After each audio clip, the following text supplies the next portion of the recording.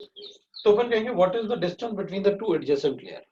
ठीक है, अपन को पता था HCP में ना जो हाइट होता है ना वो ऐसे होता है, पहले बीच में 3 एटम होते हैं, तो जो हाइट होगा वो ऐसे होगा, मतलब यहाँ पर 3 एटम की वजह से ये जो 3 एटम होते हैं वो ऐसे हो जाएगा, है ना। जो बीच में 3 एटम आते हैं ना तो ऐसे होते हैं, मतलब एक ऊपर वाला फेस सेंटर और ये नीचे वाला फेस सेंटर है और बीच में 3 एटम होते हैं, तो इसको अपन हाइट बोलते हैं। तो अपन ने हाइट कैलकुलेट किया था ऐसे, h/2 कैलकुलेट किया था, आपको याद होगा तो। और h/2 अपन ने कैलकुलेट किया था, दैट इज h, इसको हाइट लिया अपन ने, और h/2 इज इक्वल टू होता है √2/3 इंटू 2r, ये होता है भाई हाइट, है ना, √2/3। तो अपन क्या करेंगे, h/2 ये होगा तो h will be equal to √2/3 into 4r, ये तो हो गया h टोटल। तो अपन को तो h/2 चाहिए क्योंकि उसने कहा है कि the distance between the two layers, and the distance between the two layers will be what, h/2। अब अपन को इसमें गिवन है distance between the two layers, तो हम बता देंगे क्या प्रॉब्लम है इसमें। हाइट अगर अपन को आता है तो ये थोड़ा याद रखो, ये वाला याद रख लो directly, √2/3 into 4, that is height, तो अपन याद रखें। फोर्थ वाले की बात कर लेते हैं। In a FCC unit cell, what fraction of edge is covered is not covered by the atoms?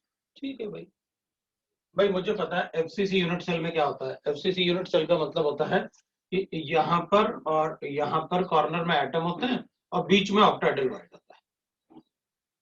FCC unit cell, FCC unit cell का एज लेंथ कैसे कैलकुलेट करते हैं, तो अपन कहते हैं भाई एज लेंथ जो होता है वो फेस डायगोनल से कैलकुलेट करते हैं भाई, और फेस डायगोनल क्या होता है, 4r इज इक्वल टू √2 होता है ना फेस डायगोनल, ठीक है ना। 4r is equal to √2a, तो a कितना हो जाएगा, a will be equal to that is 4r/√2। ठीक है, मतलब मुझे यहां से यहां तक का डिस्टेंस पता है कितना, तो ठीक है ना। इज नॉट कवर्ड मतलब ये वाला डिस्टेंस पूछ रहा है तुमसे, अगर ये वाला डिस्टेंस पूछ रहा है तो इसको r ले लेते हैं, इसको r ले लेते हैं, टोटल डिस्टेंस अपन को पता है 2r माइनस कर देते हैं, तो not covered will be equal to what, ये डिस्टेंस हो गया यहां से यहां, इसको ab ले लेता हूं, तो ab इज इक्वल टू हो जाएगा that is a minus 2r। लो भाई आपका आंसर आ गया, ये आपको गिवन है, ये एज लेंथ है, टोटल डिस्टेंस यहां से लेके यहां तक, और उसमें से अपन क्या करेंगे, एक आर और एक आर को माइनस कर देते हैं, तो not covered by the atoms आ गया अपने पास। क्वेश्चन नंबर 6 की बात की आपने, ठीक है भाई 6 देख लेते हैं अपन। 6 में अपन को गिवन है silver atom has atomic radius of 144 picometres, ठीक है, and the density of silver atom is 10.6 gram per centimeter cube. To which type of cubic crystal silver belongs? ठीक है, इसमें अपन को डेंसिटी गिवन है, तो density is equal to z effective silver atom मतलब 108 डिवाइडेड बाय a क्यूब करना पड़ेगा, मल्टीप्लाई बाय na करना पड़ेगा। तो इसमें अपन को 144 पिकोमीटर्स गिवन है, तो इसका मतलब है कि मैं 144 पिकोमीटर्स को सेंटीमीटर, क्योंकि ये भी मुझे सेंटीमीटर्स में गिवन है, तो डेंसिटी मुझे गिवन है 10.6 है ना ग्राम per centimetre cube, z into कर लेता हूं 108। अब इसमें ना मुझे z कैलकुलेट करके ही देखना पड़ेगा कि मतलब कितना आ रहा है, क्योंकि z से ही बता पाऊंगा मैं, z में अपन को नंबर ऑफ एटम आएंगे, इफेक्टिव एटम उससे ही बता दूंगा कि किस टाइप का होगा। इसमें अपन को क्या रेडियस मतलब दे रखा है, अब इसमें अपन को a क्यूब सब्स्टिट्यूट करके multiply by Avogadro number 6.023 into 10 to the power of 23, ये करना पड़ेगा। अब इसमें a क्यूब क्या ले लेंगे, तो a क्यूब अपन को क्या करना पड़ेगा, इसमें a क्यूब सब्स्टिट्यूट करके z का वैल्यू इंटीजर देखना पड़ेगा कि z का वैल्यू कितना आ रहा है। तो अगर अपन चाहें तो इसको डेसिमल करके इसको ऑलमोस्ट कैंसिल कर देंगे और ये पूरा 6 ले लेंगे, क्योंकि ये थोड़ा सा 0.023 बड़ा भी है 0.023, तो वो उसको कंपनसेट कर देगा। तो अपन क्या करेंगे, a क्यूब लेके और इसको ऐसे कर लेंगे भाई, इसको डेसिमल कर लेते हैं, है ना। तो अपन क्या करेंगे, 10 से मल्टीप्लाई कर लेंगे इसको। अब अगर 10 से मल्टीप्लाई करेंगे तो अपन क्या करेंगे ना, इसको और इसको कैंसिल करके इसको 6 ले लेंगे अपन,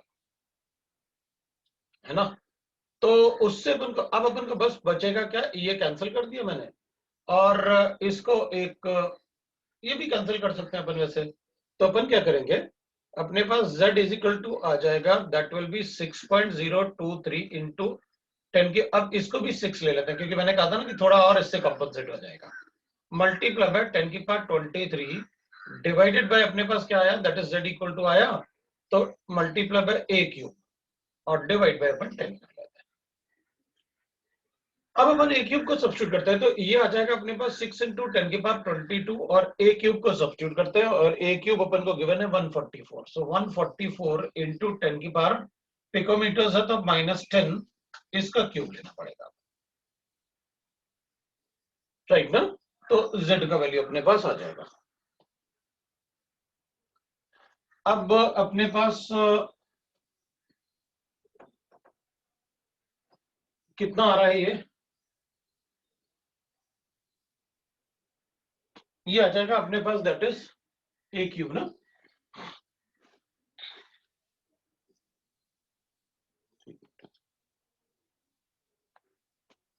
सो विल राइट दैट कि अब इसमें अपन को क्यूब लेना पड़ेगा, क्यूब लेना पड़ेगा तो अपन क्या कर सकते हैं, क्यूब लेने के लिए इसको अपन 1.44 कर सकते हैं, तो 6 into 10 to the power of 22 into कर लेते हैं अपन 1.44 इंटू 10 की पावर -8, तो अपन क्या करेंगे, इसको लिख लेते हैं 6.6 into 10 to the power of 22 multiply by 1.44 into 1.44 into 1.44 multiply by 10 की पावर -24 कर देते हैं, ये और ये कैंसिल करते हैं अपन, जिससे कि अपन को मिलेगा 6 इंटू 1.44 इंटू 1.44 इंटू 1.44 और मल्टीप्लाई बाय अपन के पास 10 की पावर -2 बचेगा। अब ये कैलकुलेशन करना ही पड़ेगा अपन को, इतना कैलकुलेशन करना ही पड़ेगा, उसके आगे ही अपन बता पाएंगे, है ना।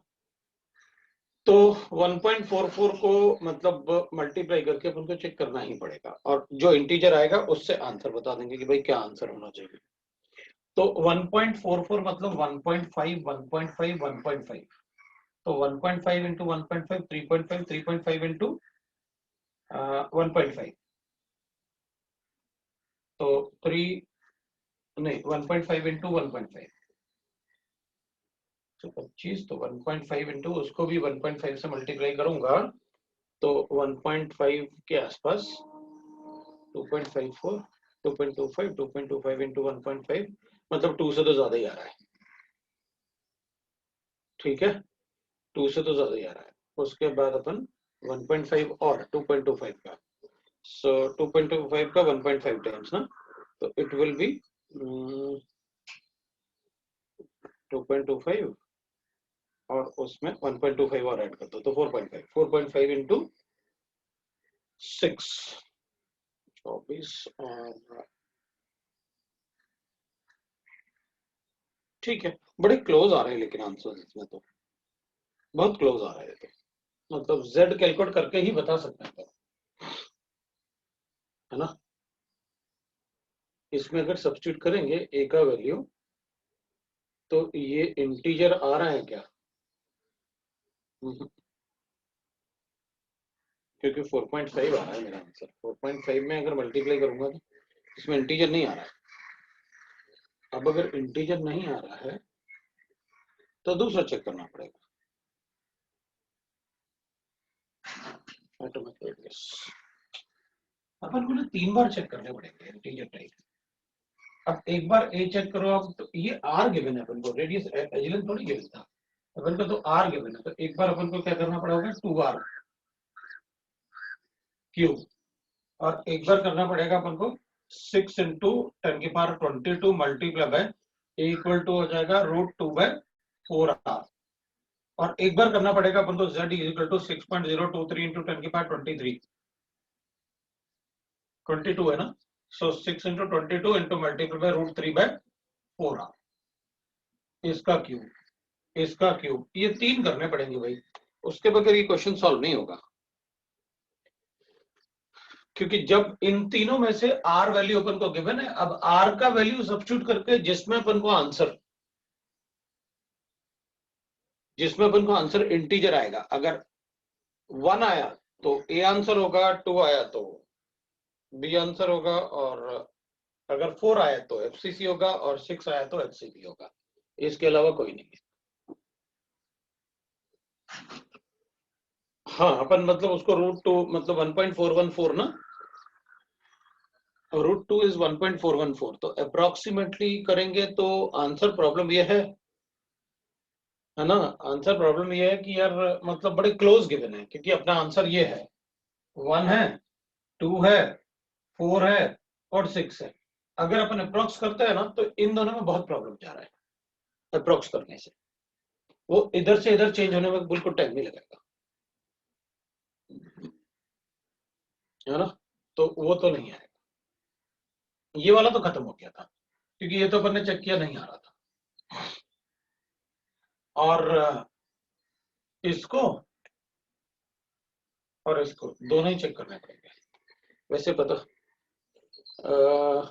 जो डी ब्लॉक एलिमेंट्स है ना, 3D block elements most of them are FCC.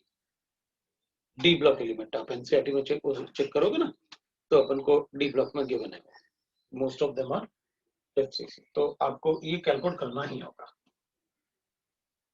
दोनों कैलकुलेट कर लेते हैं, इधर 0.023 मल्टीप्लाई करके ना, इसको 10⁻22 देखते हैं, मतलब शायद अपना जल्दी आ जाए।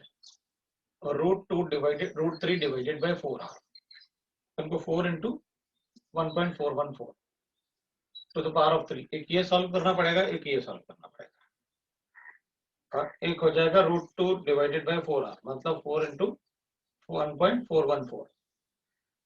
अब इसको भी कन्वर्ट तो करना ही पड़ेगा अपन को, क्या करेंगे, 10⁻10, और इसको भी कन्वर्ट करो 10⁻10 में, तो इसको 1.414 लिख रहे हैं ना, तो 10⁸8 हो जाएगा, 1.44 है वो, और इसको भी 1.44 लिखूंगा तो ये भी 10⁻−8 हो जाएगा। ठीक है, इनको सॉल्व करना ही पड़ेगा, इसके अलावा अपने पास कोई वो नहीं है कि हम कैलकुलेट कर सके।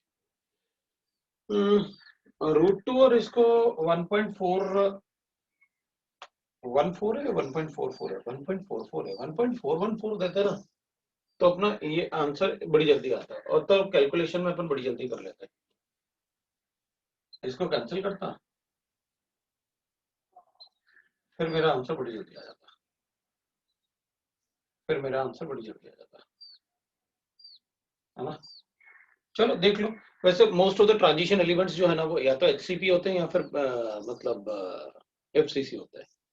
सो आंसर तो दोनों में से कोई एक होगा, या तो एफसीसी होगा या फिर एचसीपी होगा, वो अपन देख लेंगे, लेकिन कैलकुलेशन के अलावा कोई दूसरा मेथड नहीं है, इसमें करना ही पड़ेगा।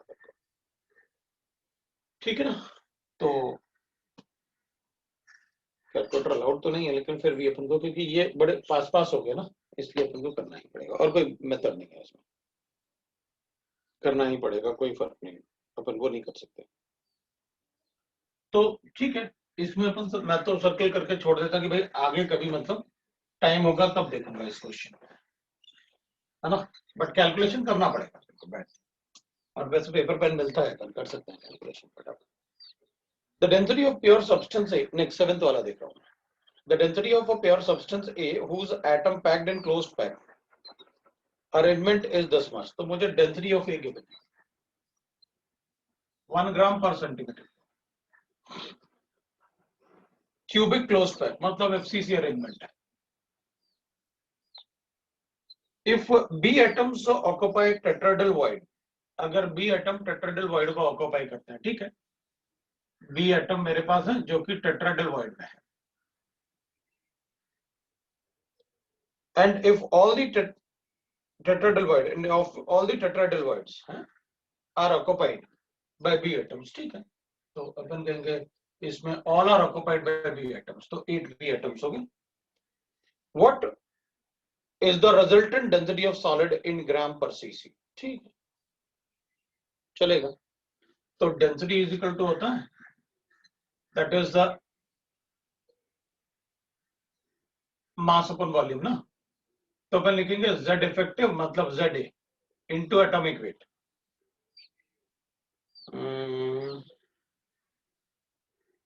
अच्छा, ए और बी का अपन को एटॉमिक मास गिवन है, the atomic masses are given to us, ठीक है भाई, कोई प्रॉब्लम नहीं, अगर एटॉमिक मास गिवन है तो कोई प्रॉब्लम नहीं मुझे। सो ZA into MA divided by कर लेता हूं मैं A cube into what NA। अब ये Na मतलब ये तो एवोगाड्रो नंबर है, ठीक है, तो ये डेंसिटी ऑफ A आ गया अपने पास। अब अगर density of solid A given है अपन को, तो B का डेंसिटी कैसे कैलकुलेट करेंगे? B में मुझे Z इफेक्टिव पता है, B में मुझे मॉलिक्यूलर मास पता है, B का मुझे वॉल्यूम, तो 8 एटम का वॉल्यूम देख लेते हैं।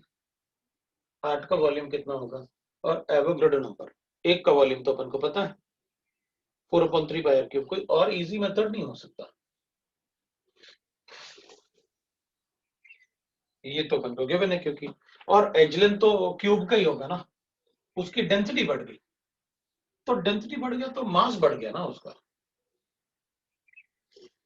है ना, मास बढ़ गया ना उसका, डेंसिटी बढ़ेगी तो उसका मास बढ़ेगा, तो उसका मास अपन कैलकुलेट कर लेते हैं। तो भाई इसमें अपन क्या करते हैं, ये ए एटम हो गए, एक यूनिट सेल है, उसमें ए एटम से मैंने FCC बना लिया, मतलब 4 हो गए एटम, और बी एटम को टेट्राडेल्वाइड में डाल दिया, तो मतलब 8 हो गए बी एटम, तो 8 को ऐड कर दो ना इसमें, क्या प्रॉब्लम है भाई, इसमें हो जाएगा ZB इंटू MB, ऐड कर लो, MB कितना, MB हो जाएगा, और ये तो वैसे वॉल्यूम ऑफ द क्यूब है, डेंसिटी बढ़ गई, तो ऐड करके बता देते हैं क्या प्रॉब्लम है इसमें। ये अपन को 1 गिवन है, क्या बताना है अपन को, टोटल डेंसिटी बतानी है, नहीं भाई टोटल डेंसिटी तो अपन कहेंगे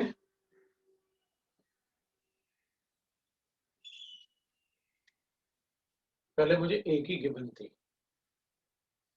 तो फिर B की कैलकुलेट कर दो ना अलग से, ठीक है ना, चलेगा, B का डेंसिटी अलग से कैलकुलेट कर देते हैं भाई, DA हो गया, ऐसे DB कर लेते हैं, DB की डेंसिटी हो जाएगी दैट इज ZB, अपन को पता है, MB अपन को पता है, और उसका भी वॉल्यूम ले लेते हैं, A cube into NA, volume तो दोनों का सेम ही होगा, तो ऐड कर रहे थे तो क्या प्रॉब्लम था, सही तो था, क्योंकि अभी भी तो आपने ऐड ही किया था। चल रेशियो ले लेते हैं, DA by DB is equal to कितना हो जाएगा, ये अपने पास 4 गिवन है, 4 इंटू MA, ये तो कैंसिल ही हो जाता है, तो दिस अपॉन दिस करने वाला हूं मैं, 8 इंटू MB, मतलब DA मुझे 1 गिवन है, 1 divide by DB will be equal to 4 MA, MA मुझे गिवन है, MA कितना 30 गिवन है, डिवाइडेड बाई 8 इंटू MB कितना गिवन है, 50 गिवन है, लो भाई अपने पास ये आंसर आया। अब अपने पास ये 1 गिवन था, तो DB आ गया मेरे पास, ये DB आ रहा है, अब DB जितना आएगा तो DB का डेंसिटी DA का डेंसिटी गिवन था, टोटल डेंसिटी बता दो, DB कितना आ रहा है अपने पास 1/2, है ना, ये 0.3 आ रहा है अपने पास, 0.3 क्यों, 30 था ना, 100 था, एक मिनट चेक कर लेता हूँ, क्योंकि कैलकुलेशन में गड़बड़ नहीं करना, बस अपन को कोई प्रॉब्लम नहीं होगा, 0.3 आ रहा था ये, तो B कितना आ जाएगा अपने पास, है ना, so DB will be equal to that is, है ना, तो अपन इसको लिख लेंगे, अपने पास ये आ रहा है 0.3, 1/DB, है ना, तो ये अपने पास 1/0.3 आया, सो 3.33 आया, राइट, तो ठीक है, अपन इसको लिख लेते हैं भाई, इसके DB की डेंसिटी हो गई, ये 1 गिवन थी, तो 4.33 अपना आंसर आ जाएगा, आ रहा है, बिल्कुल आ रहा है, डेंसिटी को ऐड कर लिया अपन, ठीक है ना।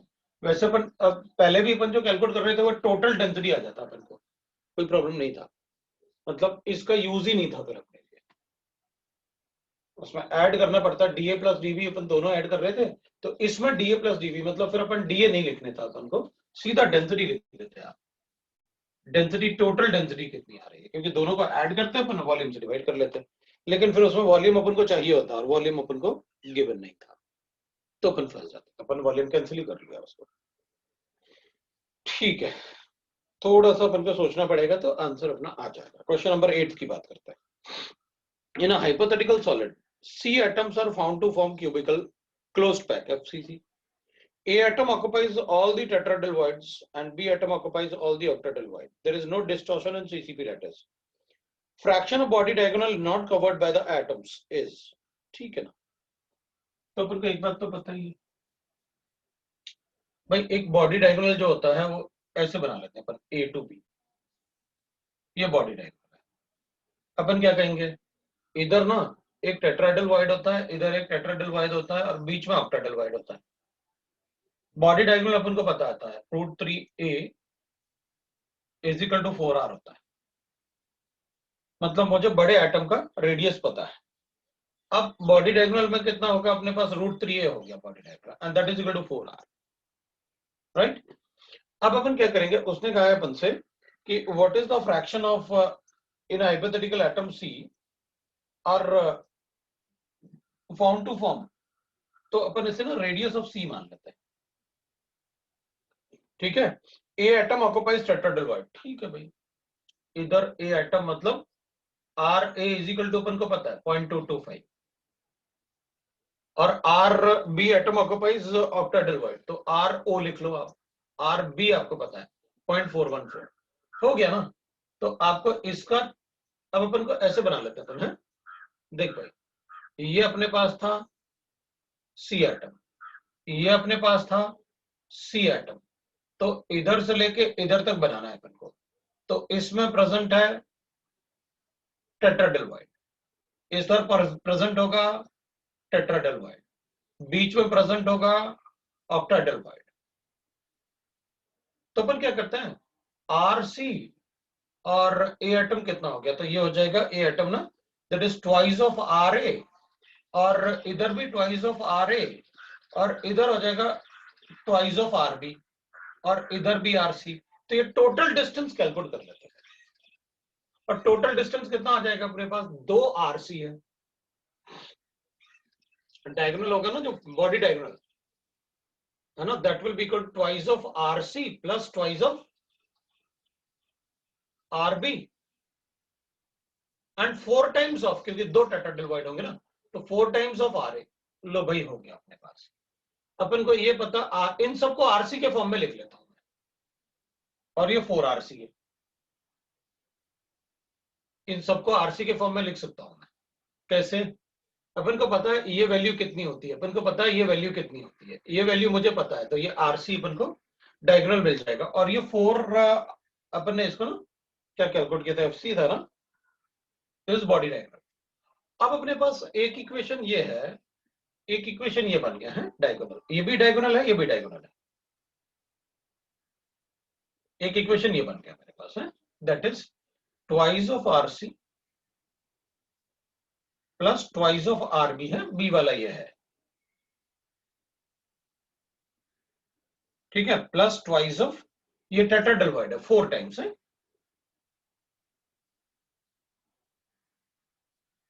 ये हो गया अपना, ये भी डायगोनल है, ये RC के फॉर्म में आ गया। अब अगर FCC है तो अपन को एक बात और पता है, that is √2a is equal to 4 RC।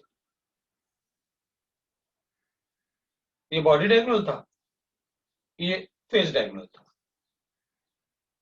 तो इससे अपने पास RC मिल जाएगा अपन को, इसको डिवाइड कर लेते हैं, तो RC तो कैंसिल हो जाएगा, अपन को मिल चाहिए क्या, चलो देख लेते हैं। ये 3 इक्वेशन है मेरे पास, एक दूसरा इक्वेशन ये है और थर्ड इक्वेशन ये है।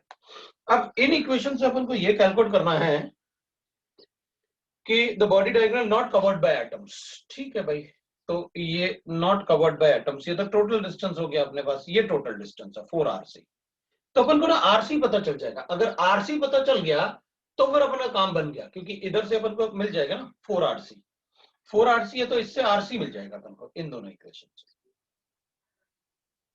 अगर मुझे RC पता चल गया तो ये टोटल डिस्टेंस मुझे पता है कितना, उनमें से वो डिस्टेंस को माइनस कर ले। पर तो क्या करना पड़ेगा कि अपने पास अब यही चीज तो वहां बनाई है आपने, तो मैं क्या करूंगा, मुझे टोटल डिस्टेंस पता चल गया, सो टोटल डिस्टेंस हो गया √3a एंड माइनस अपन को जो कैलकुलेट करना है वो हो गया RC के फॉर्म में, तो अपन RC में यहाँ सब्स्टिट्यूट करके कैलकुलेट कर सकते हैं कि what is the value of A, तो मैं A कैलकुलेट कर सकता हूँ, बस मुझे RC पता चल जाए। बोलो। Sir √3a equal to 4RC हम लिख सकते हैं, FCC में बॉडी डायगोनल के अलोंग टच करेंगे। नहीं लिख पाएंगे इसको, अपन इसको लिखेंगे, ये बनेगा, है ना। तो √3 आ गया मेरे पास, तो अपन इससे ना आरसी कैलकुलेट कर लेते हैं, द लेंथ ऑक्यूपाइड। तो इसको इसको एक बार कैलकुलेट करोगे, थोड़ा सा कैलकुलेशन तुम लोग फास्ट कर लो, मतलब सब लोग कैलकुलेट करोगे तो मैं ना न्यूमेरिकल डाटा भी बता पाऊंगा कि उसमें से आंसर ही आ रहा है अपना। देखो फटाफट इसको जरा कैलकुलेट करना कितना आ रहा है टोटल, क्योंकि मैं कैलकुलेट कर ही देता हूँ राधा धन की छोड़ देना ऐसे, उससे अच्छा कैलकुलेट कर ही दो आप तो फटाफट। बोलो कितना आ रहा है वो वैल्यू।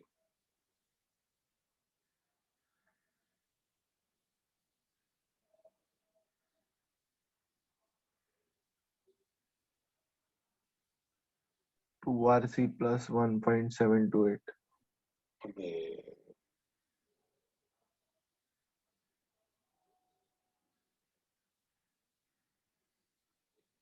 अपन को ना एक और चीज करनी थी, रुक जा। हाँ? अपन ने ये तो लिखा 2 × 10, लेकिन किसके फ्रैक्शन में? इसके फ्रैक्शन में ना, इसके कंपैरिजन में, जो इससे इसका साइज जो था उसके साइज के कंपैरिजन में।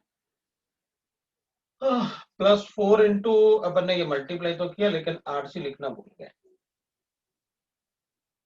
अब बताना, इसको भी मल्टीप्लाई कर लिया होगा, उसमें आरसी ऐड कर देना। अब एग्जैक्टली आरसी आएगा अपने पास।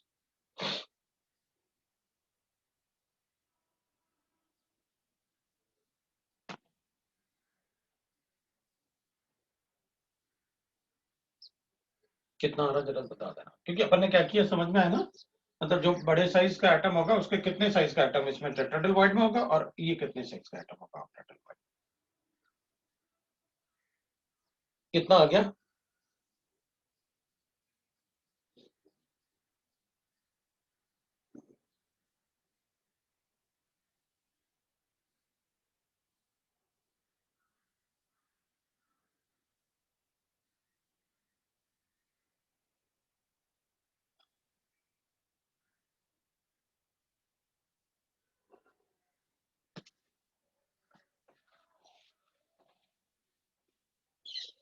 जल्दी से करो कैलकुलेशन, इतना टाइम थोड़ी लगना चाहिए। अरे तो बोलते, तो मैं तो अपना सोच रहा, वेट कर रहा था कि चलो क्या बोल रहे हो। 3.728 ठीक है। तो ये आ रहा है अपने पास diagonal, this is coming out to be 3.728 RC, ये बोल रहा है 3.728 आरसी, ठीक है। अब अपन को एक बात पता है, अपन को कैलकुलेट करना है कि fraction of size, fraction of length which is not covered by the atoms, ठीक है। सीधा फ्रैक्शन लिखते हैं, ये वो है विच इज कवर्ड बाय एटम्स, और टोटल लेंथ कितना है? √3 है, और ए कितना है? सो 3.728 RC डिवाइडेड बाय √3 इंटू ए कितना गिवन है अपन को? 4RC by 2√2. 4RC by √2। हम लिख लेते हैं, कोई बात नहीं। ए अपन को गिवन है इसमें 4RC बाई √2, और RC अपन कितना लिख सकते हैं?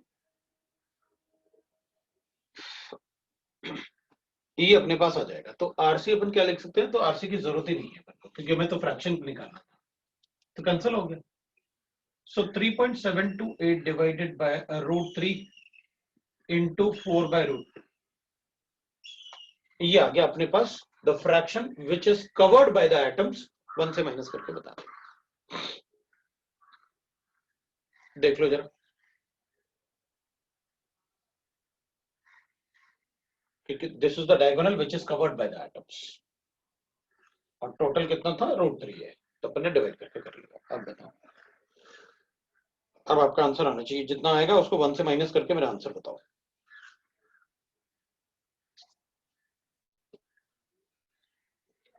फिर मैं 10th वाले की बात करूं, हो गया ना?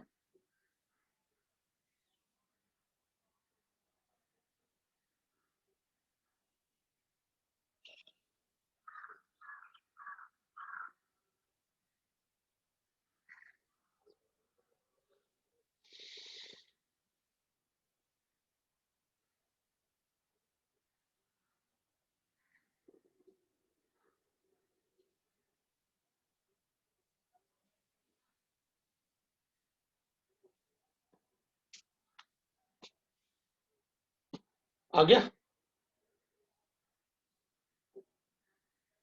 जल्दी करो यार, इतना टाइम थोड़ी लगेगा। हाँ सर आता है। आ रहा है आंसर? चल भाई देख ले आंसर आ रहा है। तो 10th की बात करते हैं फिर अपन। क्वेश्चन नंबर 10 भी पूछा है, ठीक है।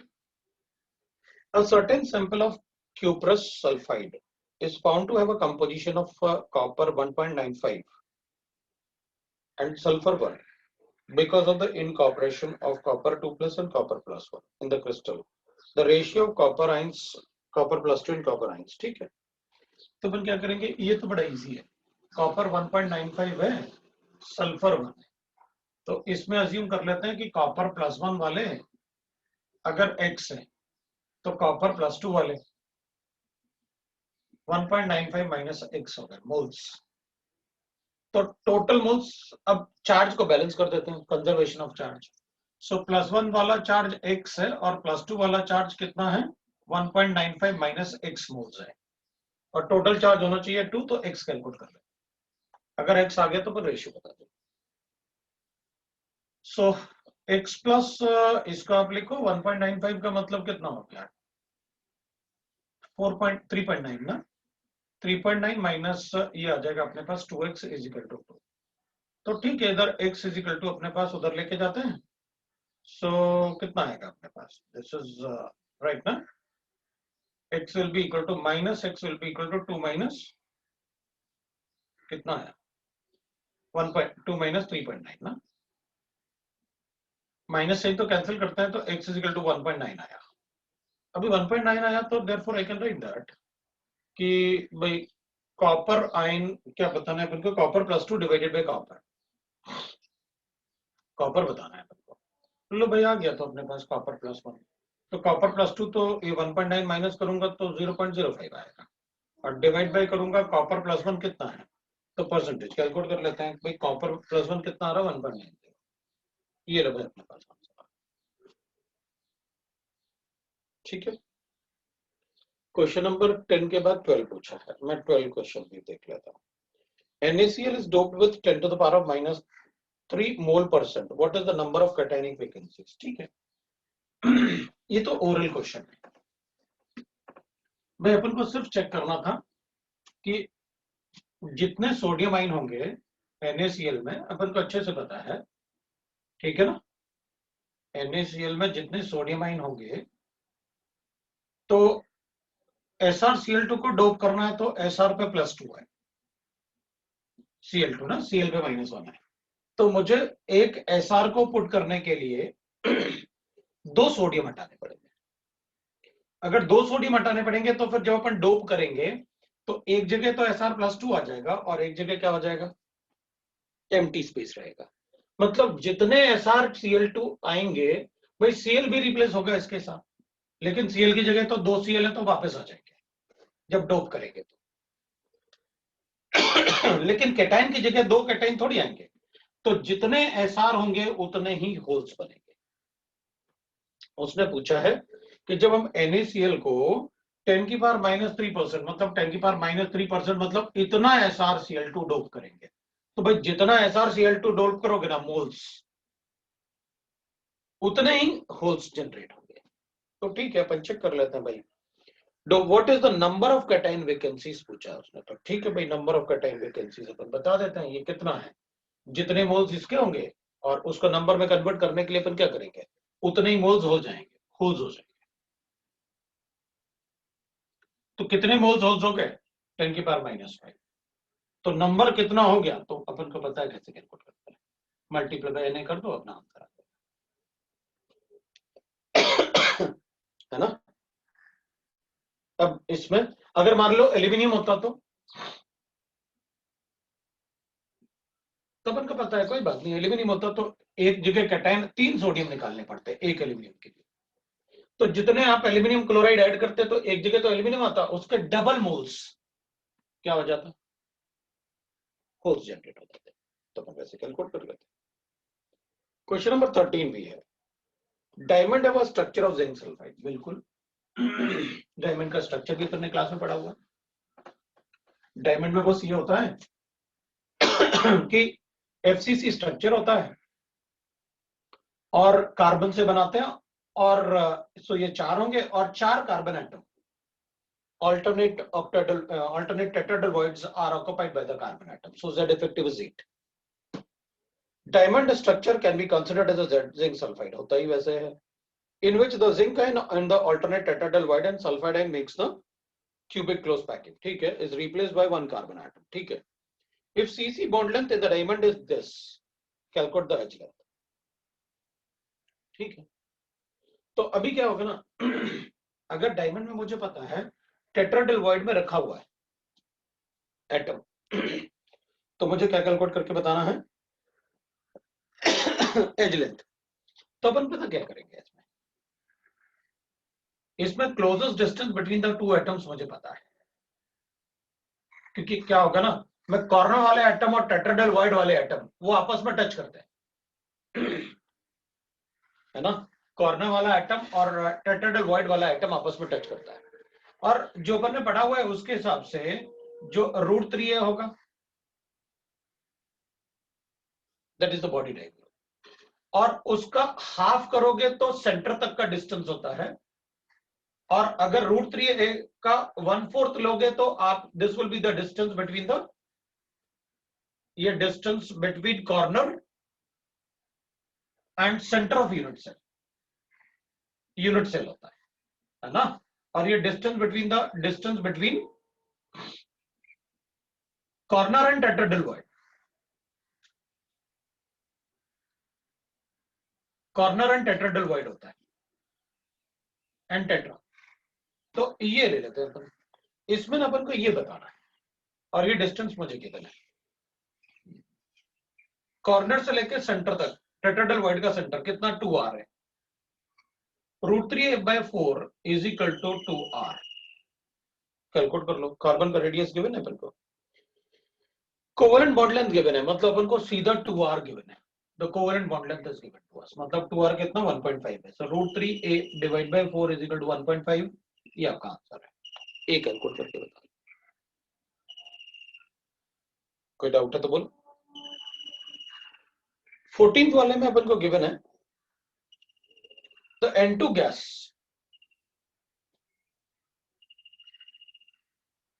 ठीक है, सॉलिड स्टेट था ये, है ना. The N2 gas is bubbled through.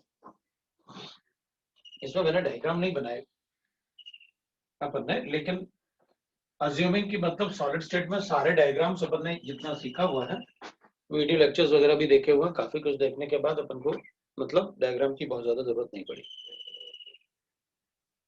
तो अब 14 वाले की बात करते हैं. N2 gas is bubbled through 20 degrees centigrade. Water at 20 degrees centigrade. How many ml of HSTP of N2 gas would dissolve in 1 liter water? ठीक है ना. तो ये पता क्या बोल रहा है, अपने पास 1 लीटर वाटर है, इसमें अपन N2 गैस को डिसॉल्व करते हैं. अपन सबको पता है. पहले ये बताओ कि इस पे कितना प्रेशर लग रहा था, ये अंदर कितना प्रेशर था वो बताओ, क्योंकि जितना प्रेशर ऑफ द गैस होगा उतना ही ज्यादा मोल फ्रैक्शन होगा. That is Henry's law. Partial pressure of N2, मतलब N2 का प्रेशर इधर कितना था 740 था टॉर. ठीक है, अब मैं बता सकता हूं, क्योंकि हमने कहा था partial pressure is directly proportional to mole fraction. So partial pressure of the gas will be equal to directly proportional to mole fraction of the gas. ये हेनरीज लॉ है. तो अपन कहेंगे बट हेनरीज लॉ उल्टा होता है, mole fraction of the gas dissolve in the water, ये solvent will depend on the pressure applied on the gas. But अब इसको जब अपन वो करते हैं ना, इसमें हेनरी कांस्टेंट लेते हैं, तो we get this, that is KH into mole fraction of the gas. और mole fraction of the gas क्या होता है वो अपन को पता है. Pressure of the gas is equal to KH, that is Henry's constant. So number of moles of the gas divided by number of moles of the gas plus number of moles of the solvent, that is water. 1 litre में अपन को पता है कितना है, तो ये 740 हो जाएगा partial pressure of the gas, and this is 7.40 into 10 to the power of 7 torr. दोनों को टॉर में रखना है. Multiply by number of moles of the gas divided by number of moles of the gas multiply by, अगर इसका value बहुत high होता है ना, तो गैस डिसॉल्व बहुत कम होता है. तो ठीक है, ये अपन को पता है. Number of moles of water in 1 litre is 55.56. ठीक है, अपन क्या करेंगे ना, इसको क्या करेंगे, इसका वैल्यू अगर 10 की पावर 3 या 10 की पावर 4 है ना, ये तो 4 से भी ज्यादा है, अगर 4 है तो भी आप एनजी को निगलेक्ट कर सकते हैं क्योंकि ये बहुत कम होगा फिर इसमें सॉल्वेंट, निगलेक्ट करके अपना कैलकुलेशन कर लो, है ना। तो 740 इधर अपन कर लेते हैं, 740 इंटू 10 की पावर 5 हो गया, multiply by N of gas divided by 55.56 हो गया। ये लो भाई, सॉल्व करके अपना क्वेश्चन बता देना। ये आपके नंबर ऑफ मोल्स आ जाएंगे। अब ये number of moles of the gas आएंगे अपने पास, तो क्या करेंगे, उसे नंबर ऑफ मोल्स को मल्टीप्लाई करेंगे, क्योंकि ये जो आएगा अपने पास वॉल्यूम अपन को ml में गिवन है, ठीक है, तो ml में कन्वर्ट करके बता देंगे, नंबर ऑफ मोल्स आएगा तो 22400 से मल्टीप्लाई करके, ठीक है। अब दूसरा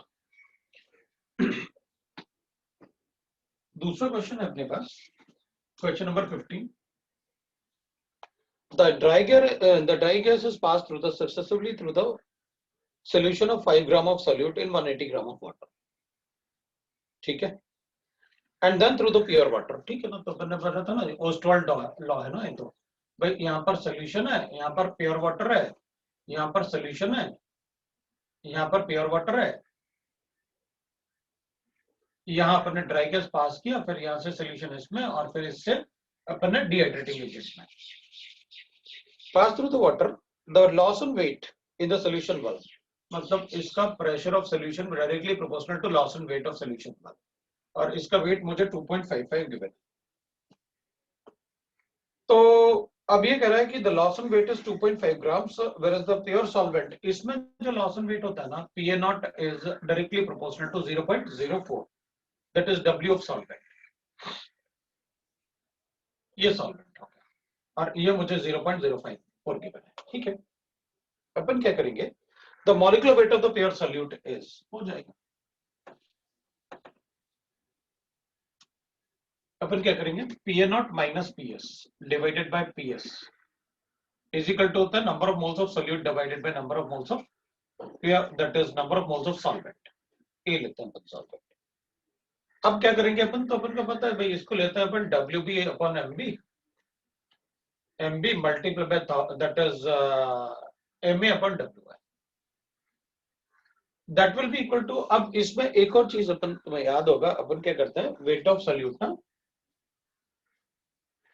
इसमें एक और आपको याद होगा, इसमें क्या क्या गिवन है अपन को, ये वाला डिफरेंस ना, तो ये इन दोनों का डिफरेंस हो जाएगा, वो तो अपन को गिवन है ना, कितना, कि भाई इन दोनों का डिफरेंस मतलब यहाँ से PA0 माइनस PS, तो 0.04 आ रहा है भाई, यहाँ से पहले एब्जॉर्प्शन होता है, और यहाँ से जितना एब्जॉर्प्शन होता है वो PA0 माइनस PS होता है, तो कर देते हैं अपन, ये अपन को गिवन है 0.04, राइट, ऐसे ना, number of moles of solute ऐसे भी था ना अपन को, लॉस इन वेट ये अपन ने कैलकुलेट किया था, WA upon WA plus W,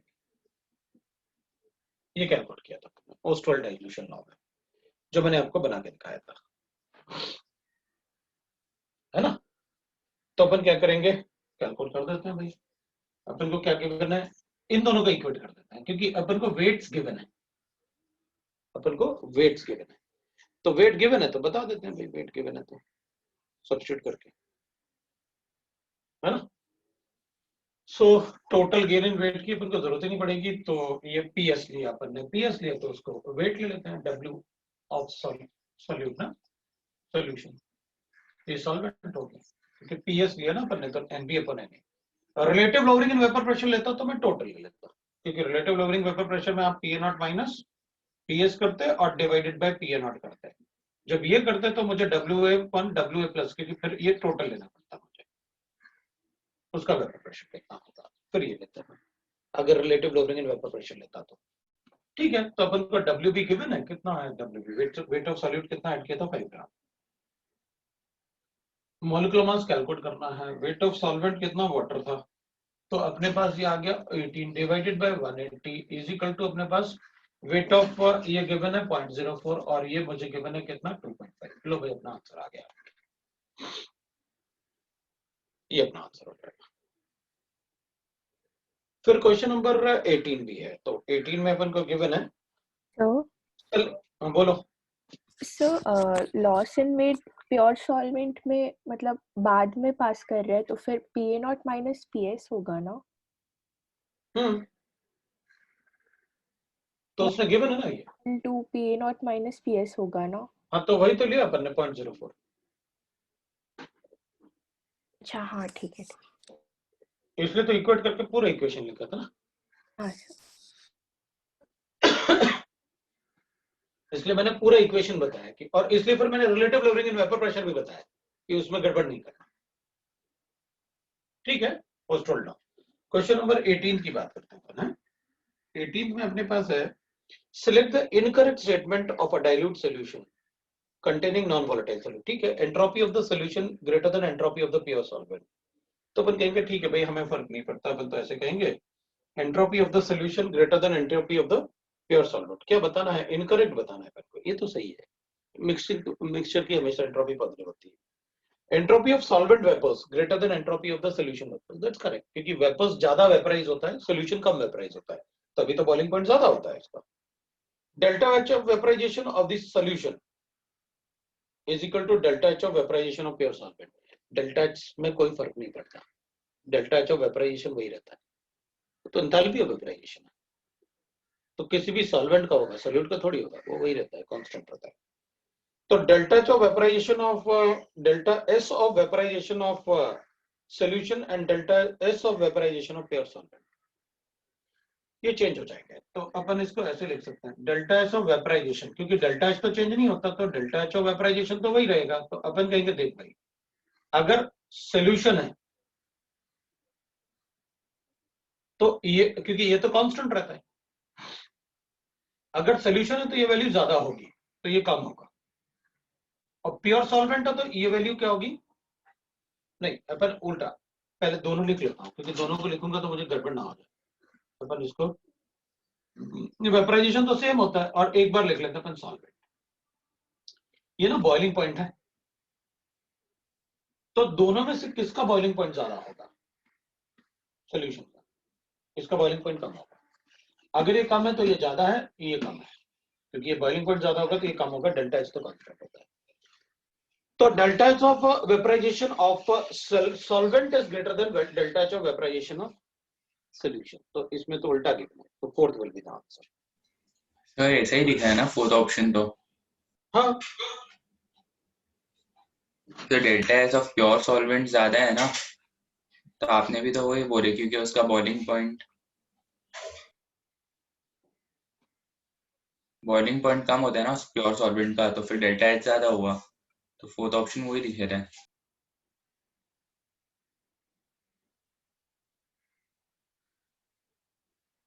मतलब देख, इधर को देख के मैं ये लिखूंगा, delta S of vaporisation of solvent is less than delta S of vaporization of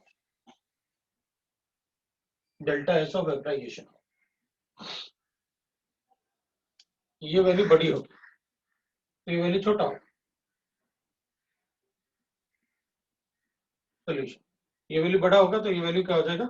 छोटा होगा। तो this is less than this, तो सॉल्वेंट वाला vaporisation of pure solvent is greater than vaporisation of pure solution.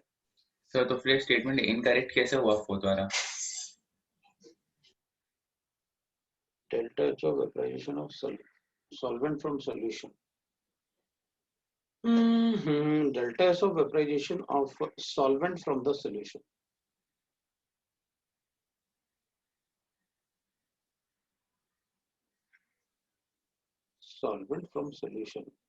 and delta H of vaporization of pure solvent. Okay.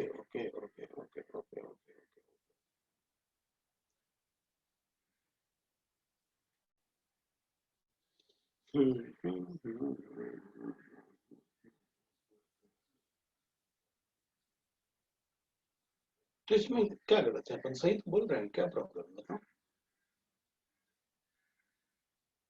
Delta S of vaporization of the solution is greater than, नहीं, delta H of vaporization of the solvent is greater than vaporization of pure solvent। तो सही तो है fourth वाला, क्या problem है?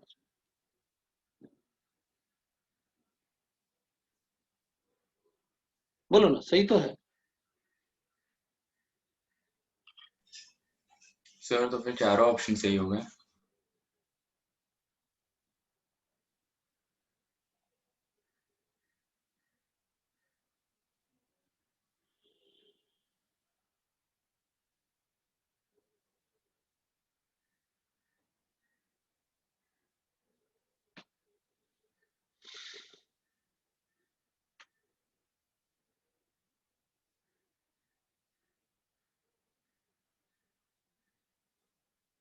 Vaporization of solution is less than vaporization.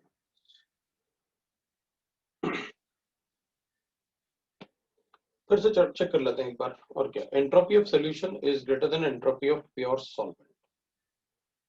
सही है, एंट्रोपी ऑफ सॉल्यूशन तो हो गई ज्यादा, मिक्सचर का ज्यादा होता है। एंट्रोपी ऑफ सॉल्वेंट वेपर्स, अब इसको हटा लेता हूँ, ऊपर वाले को हटाता हूँ, क्योंकि फिर मैं लिख लेता हूँ। मैंने जितना जल्दी से कैसे बोल दिया भैया, मतलब कुछ तो सोच ही लिया होगा ना, सोच के तुरंत भूल भी जाता हूँ, हाँ भैया आंसर है, चलो भूल जाते हैं। Entropy of solution greater than entropy of pure solvent. हाँ, मिक्सिंग की बात कर रहा है। Entropy of solvent vapours is greater than entropy of solution vapours. Solvent ज्यादा वेपराइज होगा, ये भी सही है। थर्ड वाले की बात करते हैं, delta H of vaporisation of solvent from the solution is equal to delta H of vaporisation of pure solvent. ये भी सही है, क्योंकि भाई अगर अपन वो ये बोले कि किसको वेपराइजेशन करना मुश्किल है, मतलब सॉल्वेंट को या फिर सॉल्वेंट फ्रॉम द सॉल्यूशन, कोई प्रॉब्लम नहीं, दोनों को एक जैसे ही वेपराइज करूंगा, है ना। Delta H of vaporisation of the solvent, मतलब वो तो सिर्फ सॉल्वेंट की बात कर रहे हैं, सॉल्यूशन की बात नहीं कर रहा। और solvent from solution is equal to the delta H of vaporisation of pure solvent, ये भी सही है, मुझे कोई प्रॉब्लम नहीं।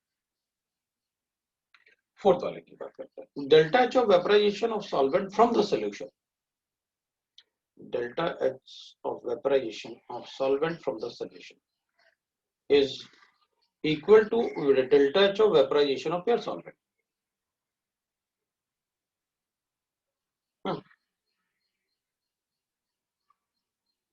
Delta S of vaporization of solvent from the solution is ये अपने एक solvent ले लिया, एक solution ले लिया. So delta S of vaporization of pure solvent from the solution equal to delta S of vaporization. तो vaporization में क्या चेंज आएगा, उसमें नहीं आएगा ना, जैसे अपन ने ये बताया डेल्टा एच वाला, वैसे डेल्टा एस वाला बताएंगे। तो उसने तो दे रखा है अपन को कि solvent is greater then solution, ये तो इससे ग्रेटर देन ये सॉल्यूशन के लिए होगा ना, तो सही तो है, सॉल्वेंट के लिए अपन को इक्वल होगा ना। भाई वो कह रहा है कि delta S of vaporisation of solvent from the solution और प्योर सॉल्वेंट, वेपराइजेशन थोड़ी चेंज थोड़ी होती है कभी, भाई एंट्रोपी ऑफ वेपराइजेशन थोड़ी चेंज होंगे। अगर वो ये कहता delta S of vaporisation of the solution is less than delta S of vaporisation of pure solvent, हाँ तो सही है, फिर ऐसे होना चाहिए, वो सही होता अगर अपन को लिखता ना वो वेपराइजेशन ऑफ सॉल्वेंट में सॉल्यूशन, तो सॉल्यूशन का वेपराइजेशन उतना नहीं होगा जितना सॉल्वेंट का होगा, वो तो प्योर सॉल्वेंट की बात कर रहा है। और एंट्रोपी चेंज की बात कर रहे हैं ना, कि भाई जितना एंट्रोपी चेंज जब अपन सॉल्यूशन में से सॉल्वेंट को वेपराइज करेंगे तो उतना ही सॉल्वेंट को अगर वेपराइज करेंगे तो उतना ही आएगा ना। डेल्टा एच ऑफ वेपराइजेशन, अगर आप ये पूछोगे कि एंथैल्पी ऑफ वेपराइजेशन, है ना, तुम हमसे सॉल्यूशन के लिए थोड़ी पूछ रहे हो, हमसे पूछ रहे हो कि प्योर सॉल्वेंट के लिए, तो भाई प्योर सॉल्वेंट के लिए तो delta S of vaporisation pure solvent कहीं भी रहे कांस्टेंट होना चाहिए,